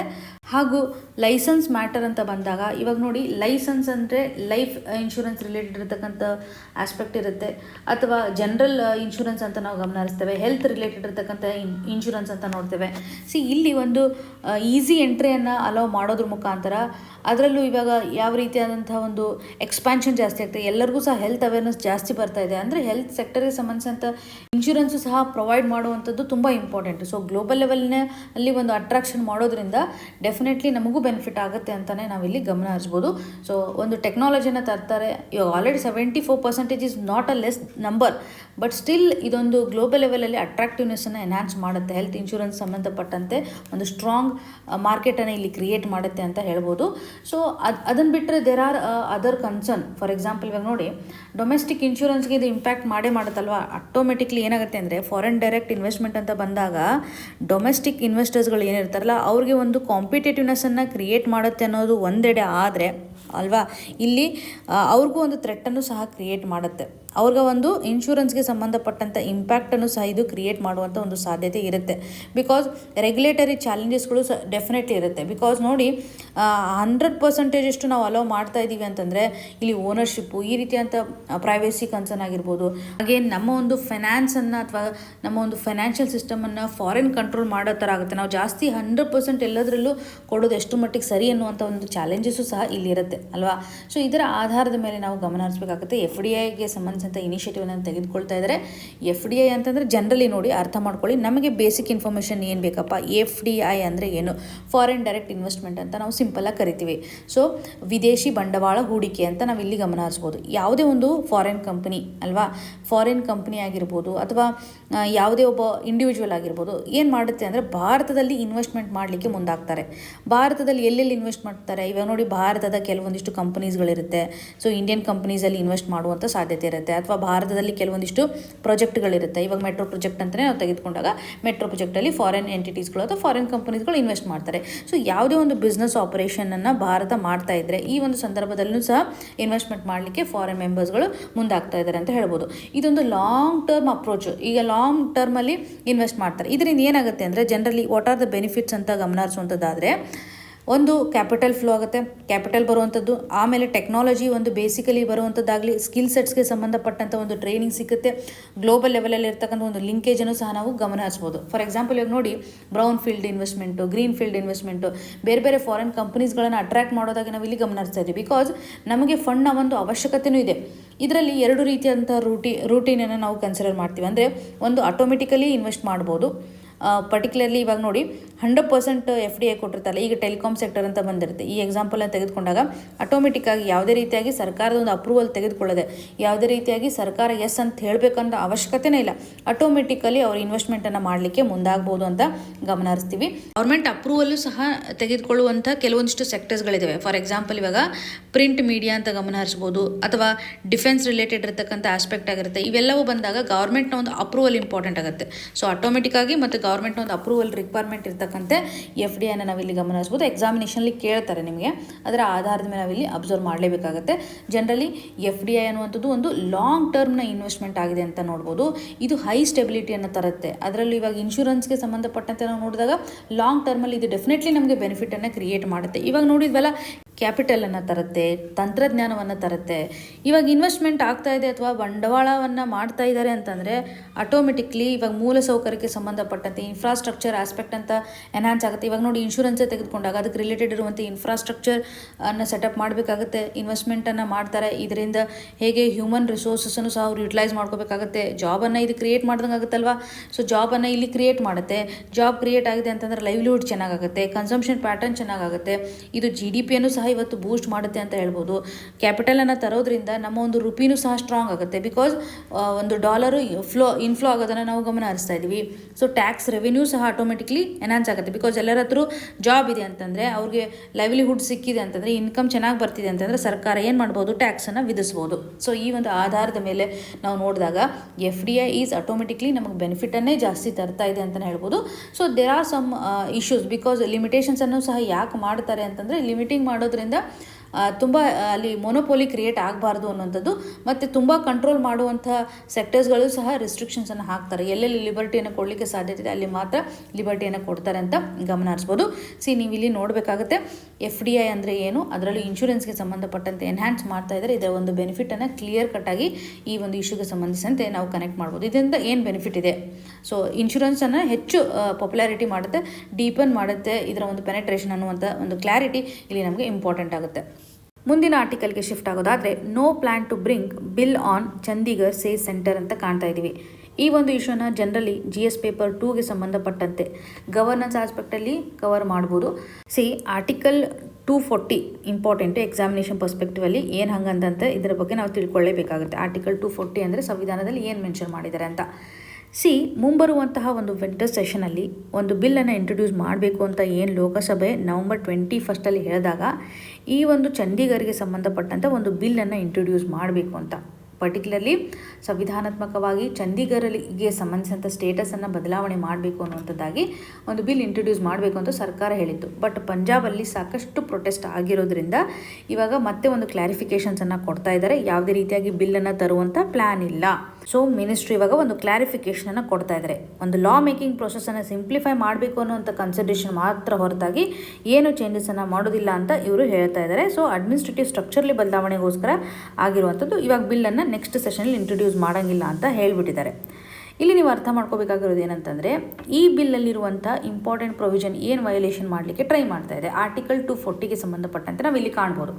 ಆರ್ಟಿಕಲ್ 240 ಅಂತ ಬಂದಾಗ ಇಲ್ಲಿ ನಮ್ಮ ಪ್ರೆಸಿಡೆಂಟ್ ಅವರಿಗೆ, ನಮ್ಮ ರಾಷ್ಟ್ರಪತಿ ಅವರಿಗೆ ಒಂದು ಪವರ್ನ ಕೊಡಲಾಗುತ್ತೆ. ಇವ್ರು ಏನು ಮಾಡ್ತಾರೆ ಅಂದರೆ, ಒಂದು ಯೂನಿಯನ್ ಟೆರಿಟರಿಗೆ ಸಂಬಂಧಪಟ್ಟಂಥ ಒಂದು ರೆಗ್ಯುಲೇಷನ್ಸನ್ನು ಮಾಡಲಿಕ್ಕೆ ಮುಂದಾಗ್ತಾರೆ. ಯೂನಿಯನ್ ಟೆರಿಟರಿಗೆ ಸಂಬಂಧಿಸಿದಂಥ ರೆಗ್ಯುಲೇಷನ್ಸನ್ನು ನೋಡುವಂಥ ಆರ್ಟಿಕಲ್ ಅಂದರೆ ಆರ್ಟಿಕಲ್ 240. ಪ್ರೆಸಿಡೆಂಟ್ ಅವ್ರಿಗೆ ಕೊಟ್ಟಿರುವಂಥ ಒಂದು ಪ್ರೊವಿಷನ್ಸನ್ನು ನೋಡ್ತಾ ಇದ್ದೀವಿ ಅಥವಾ ಪವರನ್ನು ಕಾಣ್ತಾ ಇದ್ದೀವಿ. ಇವಾಗ ನೋಡಿ, ಅಂಡಮಾನ್ ಆ್ಯಂಡ್ ನಿಕೋಬಾರ್ ಆಗಿರ್ಬೋದು, ಲಕ್ಷದ್ವೀಪ್ಗೆ ಸಂಬಂಧಪಟ್ಟಂತೆ ಕಾಣ್ಬೋದು, ಲಡಾಖ್ಗೆ ಸಂಬಂಧಪಟ್ಟಂತೆ ಕಾಣ್ಬೋದು. ಸೊ ಈ 3 ಯೂನಿಯನ್ ಟೆರಿಟರಿ ಅಂತ ಬಂದಾಗ ಈಸಿಯಾಗಿ, ಅಂದರೆ ವಿತೌಟ್ ಲೆಜಿಸ್ಲೇಚರ್ ಇರ್ತಕ್ಕಂಥ ಈ ಒಂದು ಟೆರಿಟರಿನಲ್ಲಿ ಆರಾಮ್ಸೆ ಅವ್ರು ಏನು ಮಾಡ್ತಾರೆ, ಒಂದು ರೂಲ್ಸ್ ಆ್ಯಂಡ್ ರೆಗ್ಯುಲೇಷನ್ಸನ್ನು ಮಾಡ್ತಾರೆ. ರೂಲ್ಸ್ ಆ್ಯಂಡ್ ರೆಗ್ಯುಲೇಷನ್ಸ್ ಮಾಡಲಿಕ್ಕೆ ಏನು ಮಾಡ್ತಾರೆ ಅಂದರೆ, ಒಬ್ಬ ಇಂಡಿಪೆಂಡೆಂಟ್ ಆಗಿರುವಂಥ ಅಡ್ಮಿನಿಸ್ಟ್ರೇಟರ್ಸನ್ನು ಸಹ ಅಪಾಯಿಂಟ್ ಮಾಡ್ತಾರಲ್ವಾ. ಸೊ ಇಲ್ಲಿ ಅರ್ಥ ಮಾಡ್ಕೊಳ್ಳಿ, ಪರ್ಟಿಕ್ಯುಲರ್ಲಿ ಅಡ್ಮಿನಿಸ್ಟ್ರೇಟರ್ಸನ್ನು ಅಪಾಯಿಂಟ್ಮೆಂಟ್ ಮಾಡಿ ಇದರ ಮುಖಾಂತರ ಒಂದು ಅಧಿಕಾರ ಯಾವ ರೀತಿಯಾಗಿರುತ್ತೆ ಅಂತ ಮಾನಿಟರ್ ಮಾಡಲಿಕ್ಕೆ ಪ್ರೆಸಿಡೆಂಟ್ ಅವರಿಗೆ ಇರ್ತಕ್ಕಂಥ ಒಂದು ಪವರ್ ಅಂತ ಕಾಣ್ತೇವೆ. ಇಲ್ಲಿ ಯಾವ ಒಂದು ಯೂನಿಯನ್ ಟೆರಿಟರಿನಲ್ಲಿ ಲೆಜಿಸ್ಲೇಚರ್ ಇಲ್ಲ ಆ ಒಂದು ಹಂತದಲ್ಲಿ, ಇವಾಗ ಅಂಡಮಾನ್ ಆ್ಯಂಡ್ ನಿಕೋಬಾರ್, ಲಕ್ಷದ್ವೀಪ್, ಲಡಾಖ್ ಅಂತ ನೋಡಿದ್ವಿ. ಅದೇ ರೀತಿಯಾಗಿ ಚಂಡೀಗಢಗೆ ಸಂಬಂಧಪಟ್ಟಂಥ ಒಂದು ಇಶ್ಯೂನ ಅಡ್ರೆಸ್ ಮಾಡುವಂಥದ್ದಾದರೆ, ಚಂಡೀಗಢಲ್ಲೂ ಸಹ ಪ್ರೆಸೆಂಟ್ ಕಂಟೆಕ್ಸ್ಟಲ್ಲಿ ಯಾವುದೇ ರೀತಿಯಾಗಿ ಲೆಜಿಸ್ಲೇಚರ್ ಇಲ್ಲ, ವಿತೌಟ್ ಲೆಜಿಸ್ಲೇಚರ್ ಕಂಟೆಕ್ಸ್ಟ್ ಇದೆ. ಹಾಗಿದ್ರೆ ಅಲ್ಲಿ ಯಾರು ಆಡಳಿತವನ್ನು ಮಾಡ್ತಾರೆ? ಇಲ್ಲಿ ಪ್ರೆಸಿಡೆಂಟ್ ಅವರು ಅಪಾಯಿಂಟ್ಮೆಂಟ್ ಮಾಡಲ್ಲ, ಬಟ್ ಪಂಜಾಬದಲ್ಲಿರ್ತಕ್ಕಂತಹ ಗವರ್ನರ್ ಅವರು ಏನು ಮಾಡ್ತಾರೆ ಅಂದರೆ, ಈ ಚಂಡೀಗಢನ್ನು ಆಳ್ವಿಕೆ ಮಾಡ್ತಾರೆ. ಇದಕ್ಕೆ ಸಂಬಂಧಿಸಿದಂತೆ ಕೋಆರ್ಡಿನೇಷನನ್ನು ಮಾಡ್ತಾರೆ ಪ್ರೆಸಿಡೆಂಟ್ ಅವರೊಂದಿಗೆ ಅಂತ ಹೇಳ್ಬೋದು. ಸೊ ಪಂಜಾಬಲ್ಲಿರ್ತಕ್ಕಂಥ ಗವರ್ನರ್ ಅಲ್ಲಿರುವಂಥ ಒಂದು ಅಡ್ಮಿನಿಸ್ಟ್ರೇಟರ್ಗೆ ಈಕ್ವಲ್ ಅಂತಲೇ ಹೇಳ್ಬೋದು. ಸೊ ಈ ಒಂದು ಚಂಡೀಗಢಗೆ ಸಂಬಂಧಿಸಿದಂತೆ ಗವರ್ನರ್ ಯಾರಿದ್ದಾರೆ ಅಂದರೆ ಪಂಜಾಬ್ ಗವರ್ನರ್ ಅಂತಲೇ ಹೇಳ್ಬೋದು. ಈ ಹಂತದಲ್ಲಿ ಚಂಡೀಗಢಲ್ಲಿ ಒಂದು ಆಳ್ವಿಕೆ ನಡೀತಾ ಇದೆ. ಸೊ ಇವಾಗ ಒಂದು ವೇಳೆ 240 ಏನಾದರೂ ಬಂದರೆ, 240ನಲ್ಲಿ ಏನಾದರೂ ಚಂಡೀಗಢನ್ನು ಇನ್ಕ್ಲೂಡ್ ಮಾಡಿದ್ದೇ ಆದರೆ ಇದು ಡೈರೆಕ್ಟಾಗಿ ಹೋಮ್ ಮಿನಿಸ್ಟ್ರಿ ನಡಿನಲ್ಲಿ ಕಂಡುಬರುತ್ತೆ. ಪಂಜಾಬ್ ಒಂದು ಕಂಟ್ರೋಲ್ ಏನಿದೆಯಲ್ಲ, ಪಂಜಾಬ್ ಗವರ್ನರ್ ಅವರು ಕಂಟ್ರೋಲ್ ಮಾಡ್ತಾರಲ್ಲ one are the other way, ಆ ಒಂದು ಕ್ಲೇಮ್ ಇವಾಗ ಕಡಿಮೆ ಆಗಿಬಿಡುತ್ತೆ. ಸೊ ಪರ್ಟಿಕ್ಯುಲರ್ಲಿ ಇವಾಗ ಪಂಜಾಬ್ ಹರಿಯಾಣಗೆ ಸಂಬಂಧಿಸಿದಂತಹ ಒಂದು ರಿಲೇಷನನ್ನು ಇದು ಹೊಂದಿದೆ. ಈ ಒಂದು ಇಶ್ಯೂ ಏನಿದೆಯಲ್ಲ, ಇದು ಇವಾಗಿಂದಂತ ಅಷ್ಟೇ ಅಲ್ಲ, ಯೂನಿಯನ್ ಟೆರಿಟರಿಗೆ ಸಂಬಂಧಪಟ್ಟಂಥ ರಿಕಗ್ನೈಸೇಷನ್ ಯಾವಾಗ ಕೊಟ್ಟಿರ್ತಾರೆ ಅಂದರೆ 1966 ಪಂಜಾಬ್ ರಿಆರ್ಗನೈಸೇಷನ್ ಆ್ಯಕ್ಟ್ನ ಮುಖಾಂತರ ಚಂಡೀಗಢಗೆ UT ಸ್ಟೇಟಸನ್ನು ಕೊಟ್ಟಿದ್ದಾರೆ. ಸೊ ಇವಾಗ ನೋಡಿ, ಇದರ ಒಂದು ಕನ್ಸಿಡ್ರೇಷನ್ ಅಂತ ನೋಡುವಂಥದ್ದಾದರೆ, ಪಂಜಾಬ್ ಮತ್ತು ಹರಿಯಾಣಗೆ ಇದೊಂದು ಜಾಯಿಂಟ್ ಕ್ಯಾಪಿಟಲ್ ಆಗಿದೆ ಅಲ್ವಾ. ಬೋತ್ ಸ್ಟೇಟ್ಸು ಇವಾಗ ಇದಕ್ಕೆ ಸಂಬಂಧಪಟ್ಟಂತೇನು ರೈಟ್ಸ್ ಕ್ಲೇಮ್ ಮಾಡ್ತಾ ಇರೋದನ್ನು ನಾವು ಗಮನ ಹರಿಸ್ತಾ ಇದ್ದೀವಿ. ಆ ಒಂದು ರೈಟ್ ಏನಿದೆಯಲ್ಲ, ಪರ್ಟಿಕ್ಯುಲರ್ಲಿ ಆರ್ಟಿಕಲ್ 239ನ ಆಧಾರದ ಮೇಲೆ ನಾವು ಗಮನ ಹರಿಸುವಂಥದ್ದಾದರೆ, ಆರ್ಟಿಕಲ್ 239 ನಮ್ಗೆ ಏನು ಹೇಳುತ್ತೆ ಅಂತಂದರೆ, ಹೇಗೆ ಒಂದು ಚಂಡೀಗಢಲ್ಲಿರುವಂಥ ಫಂಕ್ಷನ್ ನಡೀತಾ ಇದೆ, ಇಲ್ಲಿ ಅಡ್ಮಿನಿಸ್ಟ್ರೇಟರ್ಸ್ ಯಾರು ಇರ್ತಾರೆ, ಗವರ್ನರ್ ಅವರು ಇರುವಂಥದ್ದನ್ನು ನಾವು ನೋಡ್ತಾ ಇದ್ವಿ, ಗವರ್ನರ್ ಆಫ್ ಪಂಜಾಬ್ ಅಂತಲೇ ಹೇಳ್ಬೋದು. ಅಗೇನ್ ಅಡ್ಮಿನಿಸ್ಟ್ರೇಟರ್ ಆಫ್ ಚಂಡೀಗಢ ಇರ್ತಾರೆ. ಸೊ ಪರ್ಟಿಕ್ಯುಲರ್ಲಿ ಹೇಗೆ ಒಂದು ಫಂಕ್ಷನ್ ಆಗುತ್ತೆ ಅಂತ ಪ್ರೆಸಿಡೆಂಟ್ ಅವರೇ ಡೆಫಿನೆಟ್ಲಿ ಅಪಾಯಿಂಟ್ಮೆಂಟ್ ಮಾಡೋದನ್ನು ನಾವಿಲ್ಲಿ ಗಮನ ಹರಿಸ್ತಾ ಇದ್ದೀವಿ. ಸೊ ಬಟ್ ಆರ್ಟಿಕಲ್ 240 ನಡಿಯಲ್ಲಿ ಕಂಪ್ಲೀಟಾಗಿ ಹೋಮ್ ಮಿನಿಸ್ಟ್ರಿ ನಡಿಯಲ್ಲಿ ಬಂದುಬಿಟ್ರೆ ಪಂಜಾಬ್ ತನ್ನ ಒಂದು ಕಂಟ್ರೋಲ್ನ ಕಳೆದುಕೊಳ್ಳುತ್ತೆ ಅನ್ನುವಂಥ ನಿಟ್ಟಿನಲ್ಲಿ ಪ್ರೊಟೆಸ್ಟ್ ಸಾಕಷ್ಟು ಆಗಿದೆ. ಹಾಗಾಗಿ ಇವಾಗ ಸರ್ಕಾರ ಸೈಲೆಂಟ್ ಆಗಿರೋದನ್ನು ನಾವು ಗಮನ ಹರಿಸ್ತಾ ಇದ್ವಿ. ಸೊ ಈ ಒಂದು ಹಂತದಲ್ಲಿ ಆರ್ಟಿಕಲ್ 240, ಆರ್ಟಿಕಲ್ 239 ಅಂತಂದರೆ ಏನು, ಹೇಗೆ ಯೂನಿಯನ್ ಟೆರಿಟರೀಸ್ಗೆ ಲೆಜಿಸ್ಲೇಚರ್ ಇಲ್ಲ ಅಂತಂದರೆ ಪ್ರೆಸಿಡೆಂಟ್ ಅವರು ಇಲ್ಲಿ ಕಂಟ್ರೋಲ್ ಮಾಡಲಿಕ್ಕೆ ಮುಂದಾಗ್ತಾರೆ, ಅಂದರೆ ಅಡ್ಮಿನಿಸ್ಟ್ರೇಷನ್ ಸಹ ಮಾಡಲಿಕ್ಕೆ ಮುಂದಾಗ್ತಾ ಇದ್ದಾರೆ. ಚಂಡೀಗಢಗೆ ಸಂಬಂಧಪಟ್ಟಂಥ ಒಂದು ಎಕ್ಸೆಪ್ಷನ್ಸನ್ನು ನಾವಿಲ್ಲಿ ಗಮನ ಹರಿಸ್ಬೋದು. ಸೊ ಈ ರೀತಿಯಾಗಿ ಒಂದು ಪೊಲಿಟಿಕಲ್ ಇಶ್ಯೂ ನಮಗೆ ಎಕ್ಸಾಮಿನೇಷನ್ ಪರ್ಸ್ಪೆಕ್ಟಿವಲ್ಲಿ ಪ್ರಿಲಿಮ್ಸ್ಗೆ ತುಂಬ ಇಂಪಾರ್ಟೆಂಟ್ಲಿ ಬೇಕಾಗುತ್ತೆ. ಇಂಪಾರ್ಟೆಂಟ್ ಆರ್ಟಿಕಲ್ಸ್ ಆಗಿರ್ಬೋದು, ಅದರಲ್ಲೂ ಯೂನಿಯನ್ ಟೆರಿಟರಿ ರಿಲೇಟೆಡ್ ಇರ್ತಕ್ಕಂಥ ಇಶ್ಯೂಸು ಬಹುಮುಖ್ಯವಾಗಿ ಇಂಪಾರ್ಟೆಂಟ್ ಅಂತಲೇ ಗಮನ ಹರಿಸ್ಬೋದು. ಇಲ್ಲಿ ನಿಮಗೆ ಒಂದು ಸಿಂಪಲ್ ಕ್ವಶನನ್ನು ಕೇಳುವಂಥದ್ದಾದರೆ, ಒಟ್ಟಾರೆಯಾಗಿ ಎಷ್ಟು ಯೂನಿಯನ್ ಟೆರಿಟರೀಸ್ಗಳು ಭಾರತದಲ್ಲಿ ಇದ್ದಾವೆ ಅನ್ನೋದನ್ನು ಕಮೆಂಟ್ ಸೆಕ್ಷನಲ್ಲಿ ಮೆನ್ಷನ್ ಮಾಡಿ. ಯಾವ್ಯಾವ ಇದ್ದಾವೆ, ಎಷ್ಟಿದ್ದಾವೆ ಅನ್ನೋದನ್ನು ಕಮೆಂಟಲ್ಲಿ ಮೆನ್ಷನ್ ಮಾಡಿ. ಮುಂದಿನ ಆರ್ಟಿಕಲನ್ನು ನೋಡುವಂಥದ್ದಾದರೆ, UNSC reforms no longer an option but a necessary. ಇದನ್ನು ಮೋದಿಜಿಯವರು ಇಪ್ಸಾ ಮೀಟಲ್ಲಿ ಹೇಳಿದ್ದಾರೆ ಅಂತ ಗಮನ ಹರಿಸ್ಬೋದು. ಈ ಒಂದು ಆರ್ಟಿಕಲ್ ನಮಗೆ ಎಕ್ಸಾಮಿನೇಷನ್ ಪರ್ಸ್ಪೆಕ್ಟಿವಲ್ಲಿ, ಅದರಲ್ಲೂ GS ಪೇಪರ್ 2 ಇಂಟರ್ನ್ಯಾಷನಲ್ ರಿಲೇಷನ್ಗೆ ಸಂಬಂಧಪಟ್ಟಂತೆ ಬಹುಮುಖ್ಯವಾಗಿ ಇಂಪಾರ್ಟೆಂಟು. ಇಪ್ಸಾ ಅಂದರೆ ಏನು, ಇಪ್ಸಾ ಸಂಬಂಧಪಟ್ಟಂತೆ ಯಾರ್ಯಾರು ಮೆಂಬರ್ಸ್ಗಳಿದ್ದಾರೆ, ಇವಾಗ ಮೋದಿಜಿಯವರು ಯುನೈಟೆಡ್ ನೇಷನ್ ಸೆಕ್ಯೂರಿಟಿ ಕೌನ್ಸಿಲ್ಗೆ ಎಷ್ಟು ಒತ್ತು ಮಾಡಿ ಹೇಳ್ತಾ ಇದ್ದಾರೆ ರಿಫಾರ್ಮ್ಸ್ ನೀಡಿದೆ ಅಂತ. ಸೊ ಇದರ ಆಧಾರದ ಮೇಲೆ ಗ್ಲೋಬಲ್ ಲೆವೆಲಲ್ಲಿ ಒಂದು ಸೆಕ್ಯೂರಿಟಿಯನ್ನು ತರಲಿಕ್ಕೆ ಈ ಪ್ಲ್ಯಾಟ್ಫಾರ್ಮ್ ಎಷ್ಟು ಮಟ್ಟಿಗೆ ಸಹಕಾರಿಯಾಗುತ್ತೆ ಅಂತ ನೀವು ಇಲ್ಲಿ ಫುಲ್ ಫಾರ್ಮನ್ನು ನೋಡುವಂಥದ್ದಾದರೆ ಇಲ್ಲೇ ಗೊತ್ತಾಗುತ್ತೆ ನೋಡಿ. ಇಪ್ಸಾ ಅಂತಂದರೆ ಇಲ್ಲಿ ಇಂಡಿಯಾ ಇದೆ, ಪರ್ಟಿಕ್ಯುಲರ್ ಬ್ರೆಜಿಲನ್ನು ನೋಡ್ಬೋದು, ಸೌತ್ ಆಫ್ರಿಕಾ ನೋಡ್ಬೋದು. ಸೊ ಈ ಒಂದು 3 ಎಂಟಿಟೀಸ್ಗಳ ಪಾರ್ಟಿಸಿಪೇಷನನ್ನು ಈ ಒಂದು ಇಮೇಜ್ನ ಮುಖಾಂತರ ಕರೆಕ್ಟಾಗಿ ನೆನ್ಪಿಟ್ಕೋಬೋದು.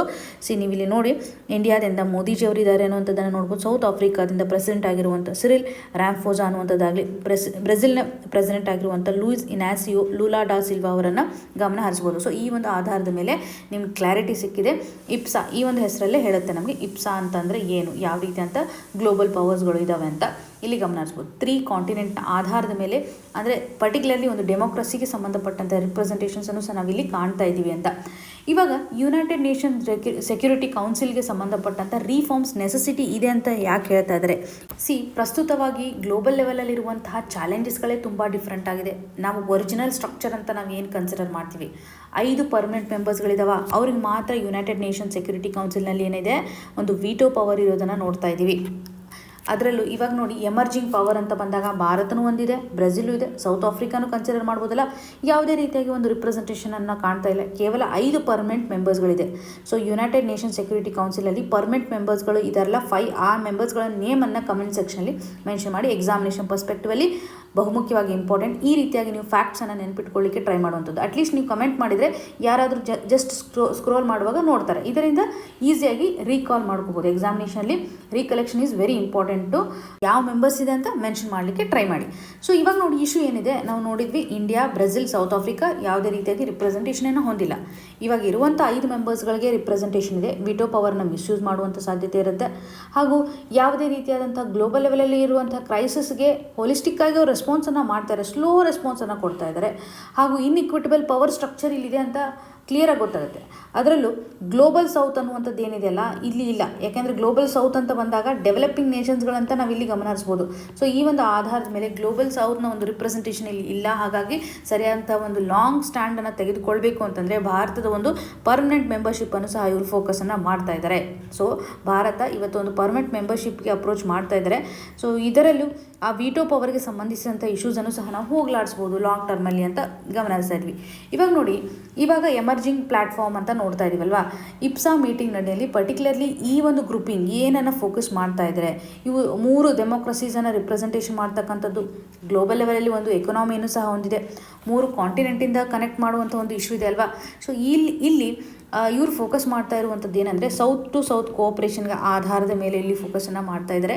ಅಂದರೆ ಒಟ್ಟಾರೆಯಾಗಿ ಇವಾಗ ಯೂನಿಫೈಡ್ ಆಗಿರುವಂಥ ಒಂದು ಓಟ್ ಬೇಕು ಎಲ್ಲಿ ಅಂದರೆ ಈ ಒಂದು ಯುನೈಟೆಡ್ ನೇಷನ್ ಸೆಕ್ಯೂರಿಟಿ ಕೌನ್ಸಿಲಲ್ಲಿ ಸಹ ಯೂನಿಫೈಡ್ ಆಗಿರುವಂಥ ಒಂದು ಓಟ್ ಬೇಕು. ಅದರಲ್ಲೂ ಡೆವಲಪಿಂಗ್ ಕಂಟ್ರೀಸ್ಗಳ ಒಂದು ರಿಪ್ರೆಸೆಂಟೇಷನು ತುಂಬ ಇಂಪಾರ್ಟೆಂಟು ಅನ್ನುವಂಥದ್ದಾಗಿಯೂ ಸಹ ಇಲ್ಲಿ ಗಮನ ಹರಿಸ್ತಾ ಇದ್ದಾರೆ. ಈ ಒಂದು ಪ್ರಪೋಸಲ್ನ ಆಧಾರದ ಮೇಲೆ ಇವರು ಸೆಕ್ಯೂರಿಟಿ ಕನ್ಸಿಡರೇಷನ್ ಹೆಂಗೆ ಮಾಡ್ತಾ ಇದ್ದಾರೆ ಅಂದರೆ ಈ ಒಂದು ಪ್ಲ್ಯಾಟ್ಫಾರ್ಮ್ ಸೆಕ್ಯೂರಿಟಿ ಆಧಾರದ ಮೇಲೆ ಫೋಕಸನ್ನು ಮಾಡ್ತಾ ಇದೆ. ಫಾರ್ ಎಕ್ಸಾಂಪಲ್ ಇವಾಗ ನೋಡಿ, ಮ್ಯಾರಿಟೈಮ್ ಸೆಕ್ಯೂರಿಟಿಗೆ ಸಂಬಂಧಪಟ್ಟಂತೆ ಫೋಕಸ್ ಮಾಡುವಂಥದ್ದಾಗಲಿ, ಕೆಲವೊಂದಿಷ್ಟು ಇಂಟೆಲಿಜೆನ್ಸನ್ನು ಶೇರ್ ಮಾಡುವಂಥದ್ದಾಗಲಿ, ಹಾಗೂ ಟೆರರಿಸಮ್ಗೆ ಸಂಬಂಧಿಸಿದಂತೆ ಫೈಟನ್ನು ಮಾಡುವಂಥದ್ದಾಗಲಿ, ಕೌಂಟರ್ ಟೆರರಿಸಮ್ ರಿಲೇಟೆಡ್ ಇರುವಂಥ ಒಂದು ಫ್ರೇಮ್ವರ್ಕನ್ನು ತರುವಂಥದ್ದಾಗಲಿ, ಇವೆಲ್ಲವೂ ಒಂದು ಸ್ಟ್ರಾಂಗ್ ಏರಿಯಾ ಅಂತಲೇ ಹೇಳ್ಬೋದು. ಸೊ ಇವರು ಹೋರಾಡ್ತಾ ಇರುವಂಥದ್ದು ಟೆರರಿಸಮ್ ಆಸ್ಪೆಕ್ಟನ್ನು ಫೋಕಸ್ ಮಾಡಬೇಕು. ಸೊ ಇದಕ್ಕೆ ಸಂಬಂಧಪಟ್ಟಂಥ ಒಂದು ರಿಫಾರ್ಮ್ಸನ್ನು ತರಬೇಕು. ಗ್ಲೋಬಲ್ ಲೆವೆಲಲ್ಲಿ ಇವಾಗ ಬಿಗ್ಗೆಸ್ಟ್ ಚಾಲೆಂಜ್ ಅಂತಂದರೆ ಅಥವಾ ಝೀರೋ ಟಾಲರೆನ್ಸ್ ಕಂಟೆಕ್ಸ್ಟ್ ಅಂತಂದರೆ ಟೆರರಿಸಮ್. ಇದನ್ನು ಫೈಟ್ ಮಾಡಬೇಕು ಅಂತಂದರೆ ಇವಾಗ ಡಬಲ್ ಸ್ಟ್ಯಾಂಡರ್ಡ್ಸ್ ಏನಿದೆಯಲ್ಲ ಯುನೈಟೆಡ್ ಸೆಕ್ಯೂರಿಟಿ ಕೌನ್ಸಿಲಲ್ಲಿ ಇದನ್ನು ರಿಮೂವ್ ಮಾಡಬೇಕಪ್ಪ. ಸೊ ಗ್ಲೋಬಲ್ ಫೋರಮ್ ನಡಿನಲ್ಲಿ ಎಲ್ಲರ ಒಂದು ರಿಪ್ರೆಸೆಂಟೇಷನ್ ಇಂಪಾರ್ಟೆಂಟು. ಭಾರತ ಕನ್ಸಿಸ್ಟೆಂಟ್ಲಿ ಇವಾಗ ಡಿಮ್ಯಾಂಡ್ ಮಾಡ್ತಾ ಇದೆ ಟೆರರಿಸಮ್ಗೆ ಸಂಬಂಧಿಸಿದಂತೆ ಏನಾದರೂ ಮಾಡಿ ಅಂತ, ಬಟ್ ಪ್ರಾಪರ್ ಅದು ರೆಸ್ಪಾನ್ಸೇ ಬರ್ತಾ ಇಲ್ಲ ಅನ್ನುವಂಥದ್ದನ್ನು ಗಮನ ಹರಿಸ್ಬೋದು. ಸೊ ಹಾಗಾಗಿ ಯುನೈಟೆಡ್ ನೇಷನ್ಸ್ ಸೆಕ್ಯೂರಿಟಿ ಕೌನ್ಸಿಲಲ್ಲಿ ರಿಫಾರ್ಮ್ ಥರ ತುಂಬ ಇಂಪಾರ್ಟೆಂಟು ಅನ್ನುವಂಥದ್ದಾಗಿ, ಯಾವುದೇ ರೀತಿಯಾಗಿ ಆಪ್ಷನ್ಸ್ ಇಲ್ಲವೇ ಇಲ್ಲ ಅವ್ರಿಗೆ, ಇದೊಂದು ನೆಸೆಸಿಟಿ ಅನ್ನುವಂಥದ್ದಾಗಿ ಇಪ್ಸಾ ಪ್ಲ್ಯಾಟ್ಫಾರ್ಮ್ನ ಮುಖಾಂತರ ಒಂದು ಗ್ಲೋಬಲ್ ಮೆಸೇಜನ್ನು ಕೊಡ್ತಾ ಇದ್ದಾರೆ. ಸೊ ಇದರಿಂದ ರಿಫ್ಲೆಕ್ಟ್ ಮಾಡ್ತಾ ಇದ್ದಾರೆ ಏನು ರಿಯಾಲಿಟೀಸ್ ಇವಾಗ ಬೇಕಿದೆ ವರ್ಲ್ಡಲ್ಲಿ. ಇವಾಗ ಒಂದು ಮಲ್ಟಿಪೋಲಾರ್ ವರ್ಲ್ಡ್ ಆರ್ಡರ್ ಏನಿದೆ ಅಲ್ಲ, ಇದರಲ್ಲಿ ಬೇಕಾಗಿರುವಂಥ ಒಂದು ಅಲಯನ್ಸ್ ಏನಿದೆ, ಇವಾಗ ನಾವು ಡೆಮೋಕ್ರೆಟಿಕ್ ಅಲಯನ್ಸಸ್ ಆಗ್ತಾ ಇದೆ, ಕಾಂಟಿನೆಂಟಲ್ ವೈಸ್ ಅಲಯನ್ಸಸ್ ಆಗ್ತಾ ಇದೆ, ಈ ಒಂದು ಮಲ್ಟಿಲ್ಯಾಟ್ರಲಿಸಮ್ ರಿಫಾರ್ಮ್ಸ್ ಆಗ್ತಾ ಇದೆ. ಸೊ ಇಲ್ಲಿ ನಾವು ಏನು ಒತ್ತನ್ನು ಕೊಡಬೇಕು ಅಂತ ಫೋಕಸನ್ನು ಮಾಡ್ತಾ ಇದ್ದಾರೆ. ಇದನ್ನು 2003ರಲ್ಲಿ ಅಂದರೆ ಇಪ್ಸಾ ಪ್ಲ್ಯಾಟ್ಫಾರ್ಮ್ಗೆ ಸಂಬಂಧಿಸಿದಂಥ ಫಾರ್ಮೇಷನ್ ನೋಡಿದಾಗ 2003ರಲ್ಲಿ ಫಾರ್ಮ್ ಆಗಿರುವಂಥದ್ದನ್ನು ನೋಡ್ತಾ ಇದ್ವಿ. ಪರ್ಟಿಕ್ಯುಲರ್ಲಿ ಒಂದು ಟ್ರೈಲ್ಯಾಟ್ರಲ್ ಡೆವಲಪ್ಮೆಂಟ್ ಕೋಆಪರೇಷನ್ ಗ್ರೂಪ್ ಅಂತಲೇ ಹೇಳ್ಬೋದು. ಜನರಲಿ ನ್ಯಾಷನಲ್ ಸೆಕ್ಯೂರಿಟಿ ಅಡ್ವೈಸರ್ ಲೆವೆಲಲ್ಲಿ ಒಂದು ಪ್ರಪೋಸಲ್ಸನ್ನು ಇಟ್ಟಿರ್ತಾರೆ ಅನ್ನೋವಂಥದ್ದನ್ನು ಗಮನಿಸ್ಬೋದು. ಇವಾಗ ನಿಮಗೆ ಇಲ್ಲಿ ಒಂದು ಕ್ವಶನ್ ಅಂತಂದರೆ ನ್ಯಾಷನಲ್ ಸೆಕ್ಯೂರಿಟಿ ಅಡ್ವೈಸರ್ ಯಾರಿದ್ದಾರೆ, ಸೊ ಭಾರತದ ಒಂದು ನ್ಯಾಷನಲ್ ಸೆಕ್ಯೂರಿಟಿ ಅಡ್ವೈಸರ್ ಯಾರಿದ್ದಾರೆ ಅನ್ನೋದನ್ನ ಕಮೆಂಟ್ ಸೆಕ್ಷನಲ್ಲಿ ಮೆನ್ಷನ್ ಮಾಡಿ. ಸೊ ಪ್ರಸ್ತುತವಾಗಿ ಯಾರಿದ್ದಾರೆ, ಯಾರು ಈ ಒಂದು ಇನ್ಚಾರ್ಜನ್ನು ತೆಗೆದುಕೊಂಡಿದ್ದಾರೆ, ನ್ಯಾಷನಲ್ ಸೆಕ್ಯೂರಿಟಿ ಅಡ್ವೈಸರ್ ಅವರನ್ನು ಪ್ರೈಮ್ ಮಿನಿಸ್ಟರೇ ಅಪಾಯಿಂಟ್ಮೆಂಟ್ ಮಾಡ್ತಾರೆ. ಸೊ ಯಾರಿದ್ದಾರೆ ಪ್ರಸ್ತುತವಾಗಿ ಅನ್ನೋದನ್ನ ಕಮೆಂಟ್ ಸೆಕ್ಷನಲ್ಲಿ ಮೆನ್ಷನ್ ಮಾಡಿ.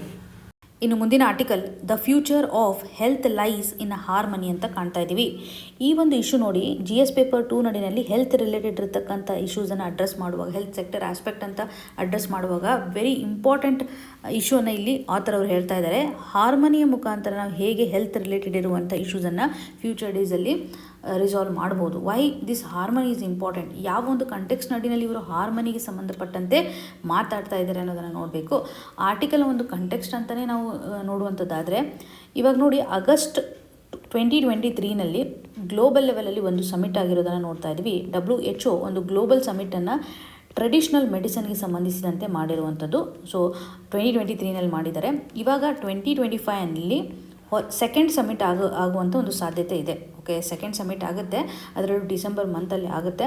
ಈ ಮೊದಲು ಆಗಿರುವಂಥದ್ದನ್ನು ನಾವು ನೋಡುವಂಥದ್ದಾದರೆ 2023ನಲ್ಲಿ ಮಾಡಿದರೆ ಗಾಂಧಿನಗರದಲ್ಲಿ ಮಾಡಿರುವಂಥದ್ದು. ಇವಾಗ ಮುಂದೆ ಸಮಿಟ್ ಬರ್ತಾ ಇದೆ, ಆ ಒಂದು ಆಧಾರದ ಮೇಲೆ ಇದರ ಇಂಪಾರ್ಟೆನ್ಸನ್ನು ಇಲ್ಲಿ ಹೇಳ್ತಾ ಇದ್ದಾರೆ. ಸೊ ಇದು ನಿಮ್ಗೆ ಕ್ಲಿಯರ್ ಆಯ್ತಲ್ವಾ.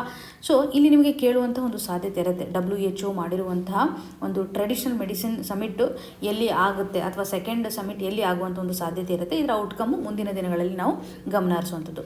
ಒಂದು ಸ್ಟ್ರಾಟಜಿಯನ್ನು ತರಲಿಕ್ಕೆ ಮುಂದಾಗ್ತಾರೆ, ಅಂದರೆ ಟ್ರೆಡಿಷನಲ್ ಮೆಡಿಸಿನ್ ಒಂದು ಇಂಪಾರ್ಟೆನ್ಸನ್ನು ಇಲ್ಲಿ ರಿಫ್ಲೆಕ್ಟ್ ಮಾಡ್ತಾರೆ ಅನ್ನುವಂಥ ಒಂದು ಬೇಸಿಕ್ ಐಡಿಯಾ. ಸೊ ಇವಾಗ ನೋಡಿ, ಆಥರ್ ಅವರ ಒಂದು ಪರ್ಸ್ಪೆಕ್ಟಿವ್, ಅವರ ಒಂದು ಸೆಂಟ್ರಲ್ ಐಡಿಯಾ ಯಾವ ರೀತಿಯಾಗಿದೆ ಅಂದರೆ, ಇವರು ಒಂದು ಫ್ಯೂಚರ್ ಹೆಲ್ತ್ನ ಆಧಾರದ ಮೇಲೆ ನಾವು ನೋಡುವಂಥದ್ದಾದರೆ, ಫ್ಯೂಚರ್ ಹೆಲ್ತನ್ನು ಸೆಕ್ಯೂರ್ ಮಾಡಬೇಕು ಅಂತಂದರೆ ಹಾರ್ಮನಿ ಈಸ್ ಇಂಪಾರ್ಟೆಂಟ್ ಅಂತ ಹೇಳ್ತಾ ಇದ್ದಾರೆ. ಯಾವ ರೀತಿಯಾದಂಥ ಹಾರ್ಮನಿ ಇಲ್ಲಿ ಇಂಪಾರ್ಟೆಂಟು? ಹಾರ್ಮನಿ ಅಂತ ಬಂದಾಗ ಹ್ಯೂಮನ್ ಮತ್ತು ನೇಚರ್ ಮಧ್ಯೆ ಇವಾಗ ಹಾರ್ಮನಿ ಕ್ರಿಯೇಟ್ ಆಗಬೇಕು.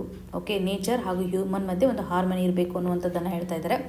ಹಾಗೂ ಮಾಡರ್ನ್ ಸೈನ್ಸ್ ಅಂತ ಬಂದಾಗ ನಾವು ಟ್ರೆಡಿಷ್ನಲ್ ನಾಲೆಜನ್ನು ಸಹ ಇಲ್ಲಿ ಬಳಕೆ ಮಾಡ್ಕೋಬೇಕು. ಮಾಡರ್ನ್ ಸೈನ್ಸ್ ನಡಿಯಲ್ಲಿ ಟ್ರೆಡಿಷ್ನಲ್ ನಾಲೆಜನ್ನು ಬಳಕೆ ಮಾಡ್ಕೊಳೋದು ಇಲ್ಲಿ ಒಂದು ಹಾರ್ಮನಿಯನ್ನು ಕ್ರಿಯೇಟ್ ಮಾಡಬೇಕು ಅಂತ. ಜೊತೆಗೆ ತಂತ್ರಜ್ಞಾನ ಅಥವಾ ಟೆಕ್ನಾಲಜಿ ಮತ್ತು ಸುಸ್ಥಿರತೆ, ಸಸ್ಟೈನಬಿಲಿಟಿಯನ್ನು ಇಲ್ಲಿ ತರುವಂಥದ್ದು. ಈ ರೀತಿಯಾಗಿ 3 ಹಂತದಲ್ಲಿ ಒಂದು ಹಾರ್ಮನಿಯನ್ನು ತರೋದು ಇಂಪಾರ್ಟೆಂಟು. ಇದರಿಂದ ನಾವು ಏನು ಮಾಡ್ಬೋದು, ಗ್ಲೋಬಲ್ ಲೆವೆಲಲ್ಲಿರುವಂಥ ಒಂದು ಹೆಲ್ತನ್ನು ಫ್ಯೂಚರ್ ಡೇಸಲ್ಲಿ ಸೆಕ್ಯೂರ್ ಮಾಡಲಿಕ್ಕೆ ಸಾಧ್ಯತೆ ಇದೆ ಅಂತ ಹೇಳ್ತಾ ಇದ್ದಾರೆ. ಇದಕ್ಕೆ ಬೆಸ್ಟ್ ಎಕ್ಸಾಂಪಲ್ ಅಂತಲೇ ನೋಡುವಂಥದ್ದಾದರೆ ಟ್ರೆಡಿಷ್ನಲ್ ಮೆಡಿಸನ್ನ ರಿಫ್ಲೆಕ್ಟ್ ಮಾಡುವಂತಹ ಅಥವಾ ಟ್ರೆಡಿಷ್ನಲ್ ಮೆಡಿಸಿನ್ ಸಿಸ್ಟಮನ್ನು ರಿಫ್ಲೆಕ್ಟ್ ಮಾಡ್ತಕ್ಕಂತಹ ಆಯುಷ್ ಅನ್ನುವಂಥದ್ದು ಕಾನ್ಸೆಪ್ಟ್ ಅಲ್ವಾ. ಸೊ ಈ ಒಂದು ಆಯುಷ್ ಕಾನ್ಸೆಪ್ಟ್ ಎಷ್ಟು ಮಟ್ಟಿಗೆ ಒಂದು ಮಾಡರ್ನ್ ಅಪ್ರೋಚ್ ಆಗಿರ್ಬೋದು ಅಥವಾ ಗ್ಲೋಬಲ್ ಲೆವೆಲಲ್ಲಿರುವಂಥ ಒಂದು ಫ್ರೇಮ್ವರ್ಕನ್ನು ಸಿಂಕ್ ಮಾಡಲಿಕ್ಕೆ ಎವಿಡೆನ್ಸ್ ಬೇಸ್ಡ್ ಅಪ್ರೋಚ್ ಅಂತಲೇ ನಾವು ಗಮನಿಸ್ಬೋದು. ಟ್ರೆಡಿಷ್ನಲ್ ಮೆಡಿಸಿನ್ ಯಾಕೆ ತುಂಬ ಮ್ಯಾಟ್ರ್ ಆಗುತ್ತೆ ಅಂದರೆ, ಇವಾಗ ನೋಡಿ ಪ್ರಸ್ತುತವಾಗಿರುವಂಥ ಒಂದು ಲೈಫ್ ಸ್ಟೈಲ್ಗೆ ಸಂಬಂಧಪಟ್ಟಂತಹ ಡಿಸೀಸಸ್ಗಳು ಸಾಕಷ್ಟು ಬದಲಾವಣೆ ಆಗ್ತಾ ಇದೆ. ಮೆಂಟಲ್ ಸ್ಟ್ರೆಸ್ಸನ್ನು ಇದು ಕ್ರಿಯೇಟ್ ಮಾಡ್ತಾ ಇದೆ. ಪ್ರಸ್ತುತವಾಗಿರುವಂತಹ ಆರೋಗ್ಯಕ್ಕೆ ಸಂಬಂಧಪಟ್ಟಂತಹ ಚಾಲೆಂಜಸ್ಗಳೇ ತುಂಬ ಡಿಫ್ರೆಂಟ್ ಆಗಿದೆ ಅಂತಲೇ ನೋಡ್ಬೋದು. ಕೇವಲ ಇವಾಗ ಮಾಡರ್ನ್ ಮೆಡಿಸಿನ್ ಮಾತ್ರ ಈ ಅಪ್ರೋಚಸನ್ನು ಮಾಡಲಿಕ್ಕೆ ಸಾಧ್ಯತೆ ಇಲ್ಲ. ಸೊ ಇವಾಗ WHO ರಿಪೋರ್ಟ್ನ ಆಧಾರದ ಮೇಲೆ 90% ಮೆಂಬರ್ ಸ್ಟೇಟ್ಸ್ಗಳು ಏನಿದಾರಲ್ಲ ಟ್ರೆಡಿಷನಲ್ ಮೆಡಿಸಿನ್ಗೆ ಸಂಬಂಧಿಸಿದಂಥ ಯೂಸನ್ನು ಮಾಡ್ತಾ ಇದ್ದಾರೆ.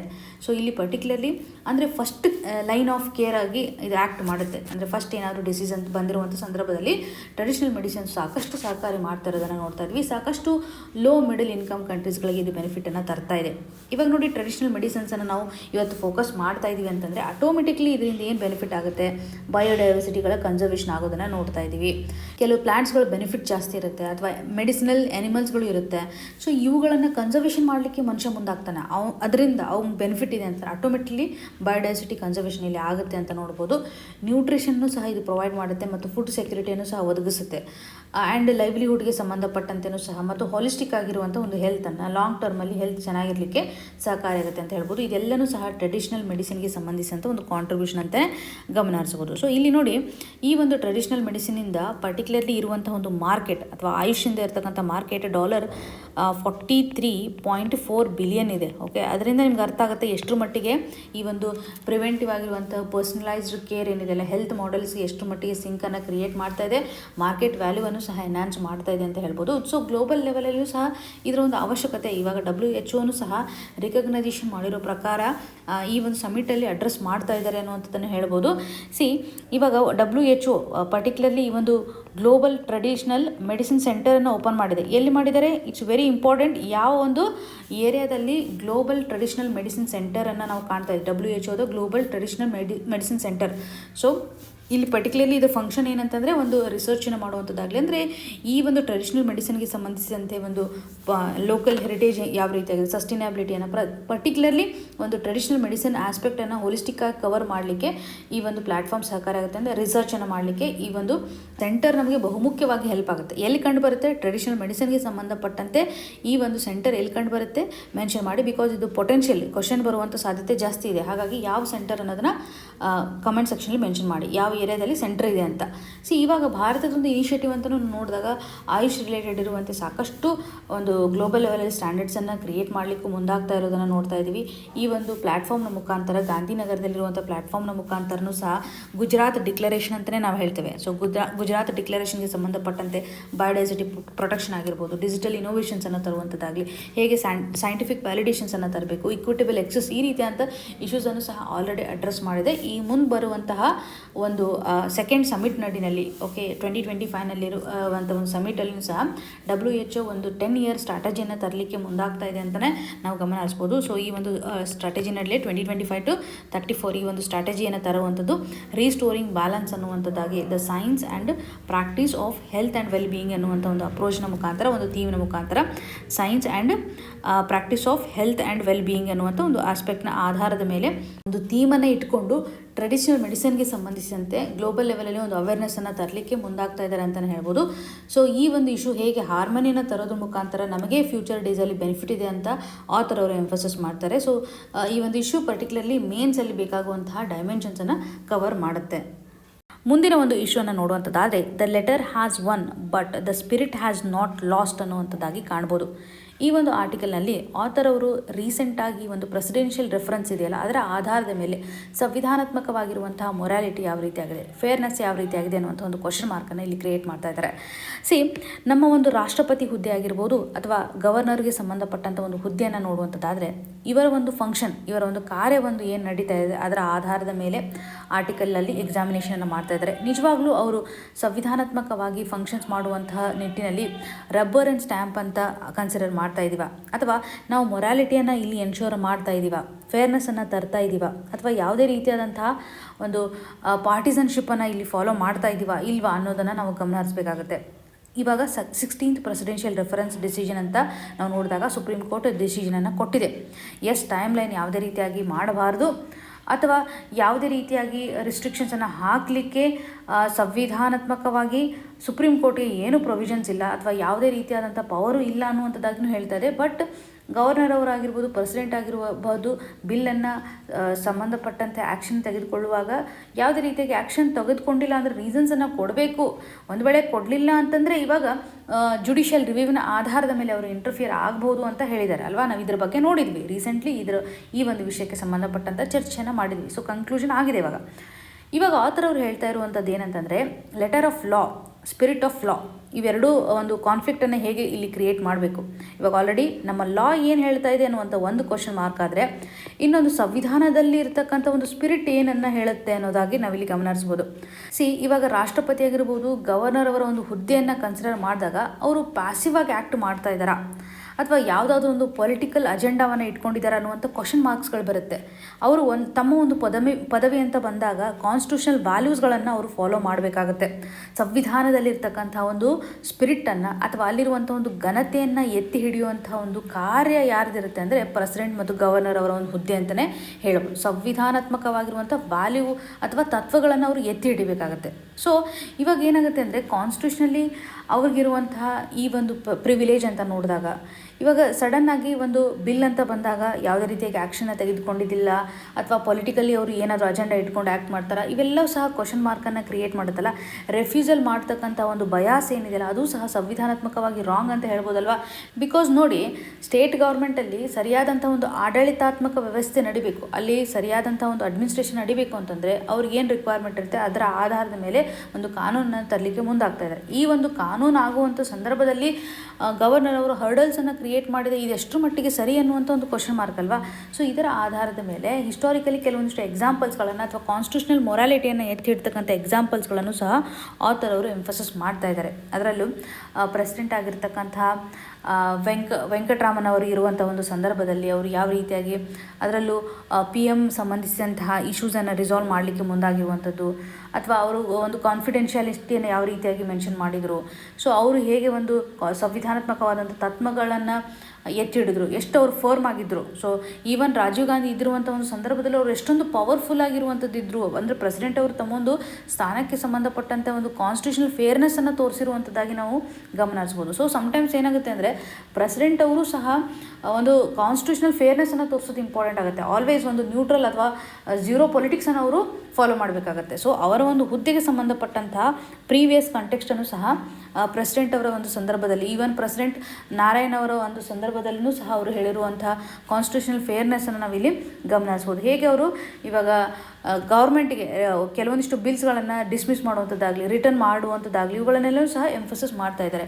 ಅವ್ರಿಗೆ ಯಾವುದೇ ರೀತಿಯಂಥ ಪೊಲಿಟಿಕಲ್ ಇಂಟ್ರೆಸ್ಟ್ ಇಲ್ಲದೆ ಅವರು ಆ್ಯಕ್ಟ್ ಮಾಡಬೇಕು ಅನ್ನುವಂಥ ಒಂದು ಕ್ರಕ್ಸನ್ನು ಇಲ್ಲಿ ಹೇಳ್ತಾ ಇದ್ದಾರೆ. ಸೊ ಇವಾಗ ಸುಪ್ರೀಂ ಕೋರ್ಟ್ 16th ಪ್ರೆಸಿಡೆನ್ಷಿಯಲ್ ರೆಫರೆನ್ಸನ್ನು ಕೊಟ್ಟಿದೆ. ಸೊ ಈ ಒಂದು ಹಂತದಲ್ಲಿಯೂ ಸಹ ಯಾವುದೇ ರೀತಿಯಾಗಿ ಗವರ್ನರ್ಗೆ ಫಿಕ್ಸ್ ಡೆಡ್ಲೈನನ್ನು ಕೊಡುವಂಥ ತಪ್ಪಾಗುತ್ತೆ ಕೋರ್ಟ್ ಅನ್ನೋದಾಗಿಯೂ ಹೇಳ್ತಾ ಇದ್ದಾರೆ. ಬಟ್ ಇನ್ಯಾಕ್ಷನ್ಸನ್ನು ತೊಗೊಂಡಿಲ್ಲ ಅಂತಂದರೆ ಸೊ ಆವಾಗ ಕೋರ್ಟ್ ಇಂಟರ್ಫಿಯರ್ ಆಗುತ್ತೆ ಅಂತ ಹೇಳಿದ್ದಾರೆ. ಎಸ್, ಇದು ಸಂವಿಧಾನಾತ್ಮಕವಾಗಿ ಅಥವಾ ಕಾನೂನಾತ್ಮಕವಾಗಿ ಸರಿಯಾಗಿದೆ ಅಂತ ಹೇಳ್ತಾ ಇದ್ದಾರೆ. ಆದರೆ ಇಲ್ಲಿ ಪವರ್ ಬ್ಯಾಲೆನ್ಸ್ಗೆ ಸಂಬಂಧಪಟ್ಟಂತೆ ನಾವು ನೋಡುವಂಥದ್ದಾದರೆ ಪ್ರೆಸಿಡೆಂಟ್ ಅವರ ಪವರ್ ಏನು ಇಲ್ಲಿ ಕ್ವಶನ್ ಮಾರ್ಕನ್ನು ಕ್ರಿಯೇಟ್ ಮಾಡ್ತಾ ಇದೆ, ಅಥವಾ ಗವರ್ನರ್ಗೆ ಸಂಬಂಧಪಟ್ಟಂಥ ಕ್ವಶನ್ ಮಾರ್ಕ್ ಯಾಕೆ ಬರ್ತಿದೆ, ಅವರು ಸರಿಯಾಗಿ ಒಂದು ಫೇರ್ನೆಸ್ಸನ್ನು ತರಬಹುದಿತ್ತಲ್ವಾ. ಇಲ್ಲಿ ಆಥರ್ ಅವರು ಒಂದು ಮೆಸೇಜನ್ನು ಕೊಡಲಿಕ್ಕೆ ಮುಂದಾಗ್ತಾ ಇದ್ದಾರೆ. ಸೆಂಟ್ರಲ್ ಸ್ಟೇಟ್ ರಿಲೇಷನ್ಗೆ ಸಂಬಂಧಿಸಿದಂತೆ ನಾವು ವರ್ಕ್ ಮಾಡಬೇಕು. ಬಿಕಾಸ್ ಇಲ್ಲಿ ಒಂದು ಗುಡ್ ಫೇತ್ನ ಆಧಾರದ ಮೇಲೆ ಫೆಡರಲಿಸಮ್ ಸ್ಟ್ರಕ್ಚರ್ ವರ್ಕ್ ಆಗುತ್ತೆ. ನಾವು ಕೇವಲ ಒಂದು ಲಾನ ಆಧಾರದ ಮೇಲೆ ಮಾತಾಡ್ತಾ ಇಲ್ಲ. ಫೆಡರಲ್ ಸ್ಟ್ರಕ್ಚರ್ ಅಂತ ಬಂದಾಗ ಸೆಂಟರ್ ಹಾಗೂ ಸ್ಟೇಟ್ನ ಒಂದು ಕೋಆರ್ಡಿನೇಷನ್ ಇಂಪಾರ್ಟೆಂಟ್ ಅಲ್ವಾ. ಸೊ ಇದು ಒಂದು ಗುಡ್ ಫೇತ್ನ ಆಧಾರದ ಮೇಲೆ ಆ್ಯಕ್ಟ್ ಮಾಡಬೇಕು ಅನ್ನುವಂಥದ್ದಾಗಲಿ, ಇವಾಗ ಕೇವಲ ಗವರ್ನರ್ ಅವರೇ ಹೈಯೆಸ್ಟ್ ಪವರನ್ನು ಇಟ್ಕೊಂಡು ಒಂದು ಫೆಡ್ರಲ್ ಬೇಸಸ್ ಏನಿದೆ ಅಥವಾ ಫೆಡ್ರಲ್ ಬ್ಯಾಲೆನ್ಸನ್ನು ಮಾಡದೆ ಕಂಪ್ಲೀಟಾಗಿ ಡೆಸ್ಟ್ರಾಯ್ ಮಾಡ್ತಕ್ಕಂಥ ಒಂದು ಪವರನ್ನು ಹೊಂದಬಾರ್ದು ಅಂತ. ಸೊ ಇವಾಗ ಒಂದು ಪ್ರಾಪರ್ ಫೇರ್ನೆಸ್ಸನ್ನು ತರುವಂಥದ್ದು ಇಂಪಾರ್ಟೆಂಟು. ಇಲ್ಲಿ ಪರ್ಟಿಕ್ಯುಲರ್ಲಿ ಇವರು ಹೇಳ್ತಾ ಇರೋದು ಏನಂತಂದರೆ ಒಂದು ಕಾನ್ಸ್ಟಿಟ್ಯೂಷನಲ್ ಮೊರಾಲಿಟಿಯನ್ನು ಇವರು ಫೋಕಸ್ ಮಾಡ್ತಾ ಇದ್ದಾರೆ. ಸೊ ಇಲ್ಲಿ ನಾವು ಯಾವುದೇ ರೀತಿಯಾಗಿ ಲಾನ್ನ ಕ್ವಶನ್ ಮಾಡ್ತಾ ಇಲ್ಲ, ಬಟ್ ಮೊರಾಲಿಟಿ ಅಥವಾ ಇದರ ಒಂದು ಸ್ಪಿರಿಟ್ ಏನಿದೆ, ಹೇಗೆ ಎಲ್ಲರೂ ಒಂದು ಕೋ ಎಕ್ಸಿಸ್ಟೆನ್ಸ್ನ ಮುಖಾಂತರ ಸ್ಮೂತ್ ಫಂಕ್ಷನಿಂಗ್ ಆಗಬೇಕು, ಯಾವುದೇ ರೀತಿಯಾಗಿ ಪವರ್ಗಳ ಮಿಸ್ಯೂಸ್ ಆಗಬಾರ್ದು. ಗವರ್ನರ್ ಪವರ್ ಆಗಿರ್ಬೋದು, ಪ್ರೆಸಿಡೆಂಟ್ ಅವರ ಪವರ್ ಆಗಿರ್ಬೋದು, ಯಾವುದೇ ರೀತಿಯಾಗಿ ಮಿಸ್ಯೂಸ್ ಆಗುವಂತಿಲ್ಲ. ಸೊ ಇವರು ಸಹ ಒಂದು ಫೇರ್ನೆಸ್ನ ಮುಖಾಂತರ ಆ್ಯಕ್ಟ್ ಮಾಡಬೇಕು ಅನ್ನುವಂಥ ನಿಟ್ಟಿನಲ್ಲಿ ಆಥರ್ ಅವರು ಇಲ್ಲಿ ಫೋಕಸ್ ಮಾಡ್ತಾ ಇದ್ದಾರೆ. ಸೊ ನಿಮಗೆ ಏನು ಇಶ್ಯೂ ಇದೆ ಅಂತ ಗೊತ್ತು, ಇದರಿಂದ ಒಂದು ಫ್ಯೂ ಪಾಯಿಂಟ್ಸ್ಗಳನ್ನು, ಸೊ ಇವರು ಯಾವ ರೀತಿಯಾಗಿ ಒಂದು ರಿಯಲಿಸ್ಟಿಕ್ ಆಗಿರುವಂಥ ಗವರ್ನೆನ್ಸನ್ನು ತರಬೇಕು, ಪವರ್ಗಳು ಮಿಸ್ಯೂಸ್ ಆಗದೆ ಇರುವಂತೆ ಯಾವ ರೀತಿ ಅಕೌಂಟಬಿಲಿಟಿಯನ್ನು ಎನ್ಶೋರ್ ಮಾಡಬೇಕು, ಸ್ಪಿರಿಟನ್ನು ಸಹ ಸೇವ್ ಮಾಡಬೇಕು ಅನ್ನುವಂಥದ್ದನ್ನು ಹೇಳ್ತಾ ಇದ್ದಾರೆ. ಸೊ ಜನರಲಿ ಮೇನ್ಸ್ಗೆ ಸಹಕಾರಿ ಆಗ್ತಕ್ಕಂಥ ಒಂದು 4 to 5 ಪಾಯಿಂಟ್ಸನ್ನು ನಾವಿಲ್ಲಿ ತೆಗೆದುಕೊಳ್ಬೋದು. ಇಲ್ಲಿ ನಿಮಗೆ ಒಂದು ಸಿಂಪಲ್ ಕ್ವಶನನ್ನು ಕೇಳುವಂಥದ್ದಾದರೆ, ಪ್ರೆಸಿಡೆನ್ಷಿಯಲ್ ರೂಲ್ಗೆ ಸಂಬಂಧಪಟ್ಟಂಥ ಆರ್ಟಿಕಲ್ ಯಾವ ರೀತಿಯಾಗಿದೆ. ಪ್ರೆಸಿಡೆನ್ಷಿಯಲ್ ರೂಲ್ ಅಂತ ಬಂದಾಗ ಇದಕ್ಕೆ ರಿಲೇಟೆಡ್ ಇರುವಂತಹ ಆರ್ಟಿಕಲ್ ಸಂವಿಧಾನದಲ್ಲಿ ಮೆನ್ಷನ್ ಮಾಡಿದ್ದಾರೆ. ತುಂಬ ಇಂಪಾರ್ಟೆಂಟ್ ಇರೋದ್ರಿಂದ ಪ್ರೆಸಿಡೆನ್ಷಿಯಲ್ ರೂಲ್ಗೆ ಸಂಬಂಧಿಸಿದಂಥ ಒಂದು ಆರ್ಟಿಕಲ್ ನಂಬರನ್ನು ಕಮೆಂಟ್ ಸೆಕ್ಷನಲ್ಲಿ ಮೆನ್ಷನ್ ಮಾಡಿ. ಇವತ್ತಿನ question of the day section ಅಡಿನಲ್ಲಿ ಇಪ್ಸಾಗೆ ಸಂಬಂಧಪಟ್ಟಂಥ ಸ್ಟೇಟ್ಮೆಂಟ್ಸನ್ನು ಮೆನ್ಷನ್ ಮಾಡಿದ್ದಾರೆ. ಇದರ ಮೆಂಬರ್ಶಿಪ್ ಆಗಿರ್ಬೋದು, ಯಾವಾಗ ಫಾರ್ಮ್ ಆಗಿದೆ ಅನ್ನೋದರ ಆಧಾರದ ಮೇಲೆ ಸ್ಟೇಟ್ಮೆಂಟ್ಸ್ಗಳಿದ್ದಾವೆ. ಸರಿಯಾದ ಸ್ಟೇಟ್ಮೆಂಟ್ಸನ್ನು ಚೂಸ್ ಮಾಡಿ. ಕರೆಕ್ಟ್ ಸ್ಟೇಟ್ಮೆಂಟ್ ಯಾವುದಂತ ಕೇಳಿದರೆ ಇಲ್ಲಿರುವಂಥ ಆಪ್ಷನನ್ನು ಕಮೆಂಟ್ ಸೆಕ್ಷನಲ್ಲಿ ಮೆನ್ಷನ್ ಮಾಡಿ. ನಿಮಗೆ ಏನೇ ಕನ್ಸರ್ನ್ ಇದ್ದರೂ ಸಹ ನಮಗೆ ಕಮೆಂಟ್ನ ಮುಖಾಂತರ ತಿಳಿಸಿಕೊಡಿ ಅಂತ ಹೇಳ್ತಾ ಆಲ್ ದ ವೆರಿ ಬೆಸ್ಟ್. ಧನ್ಯವಾದಗಳು.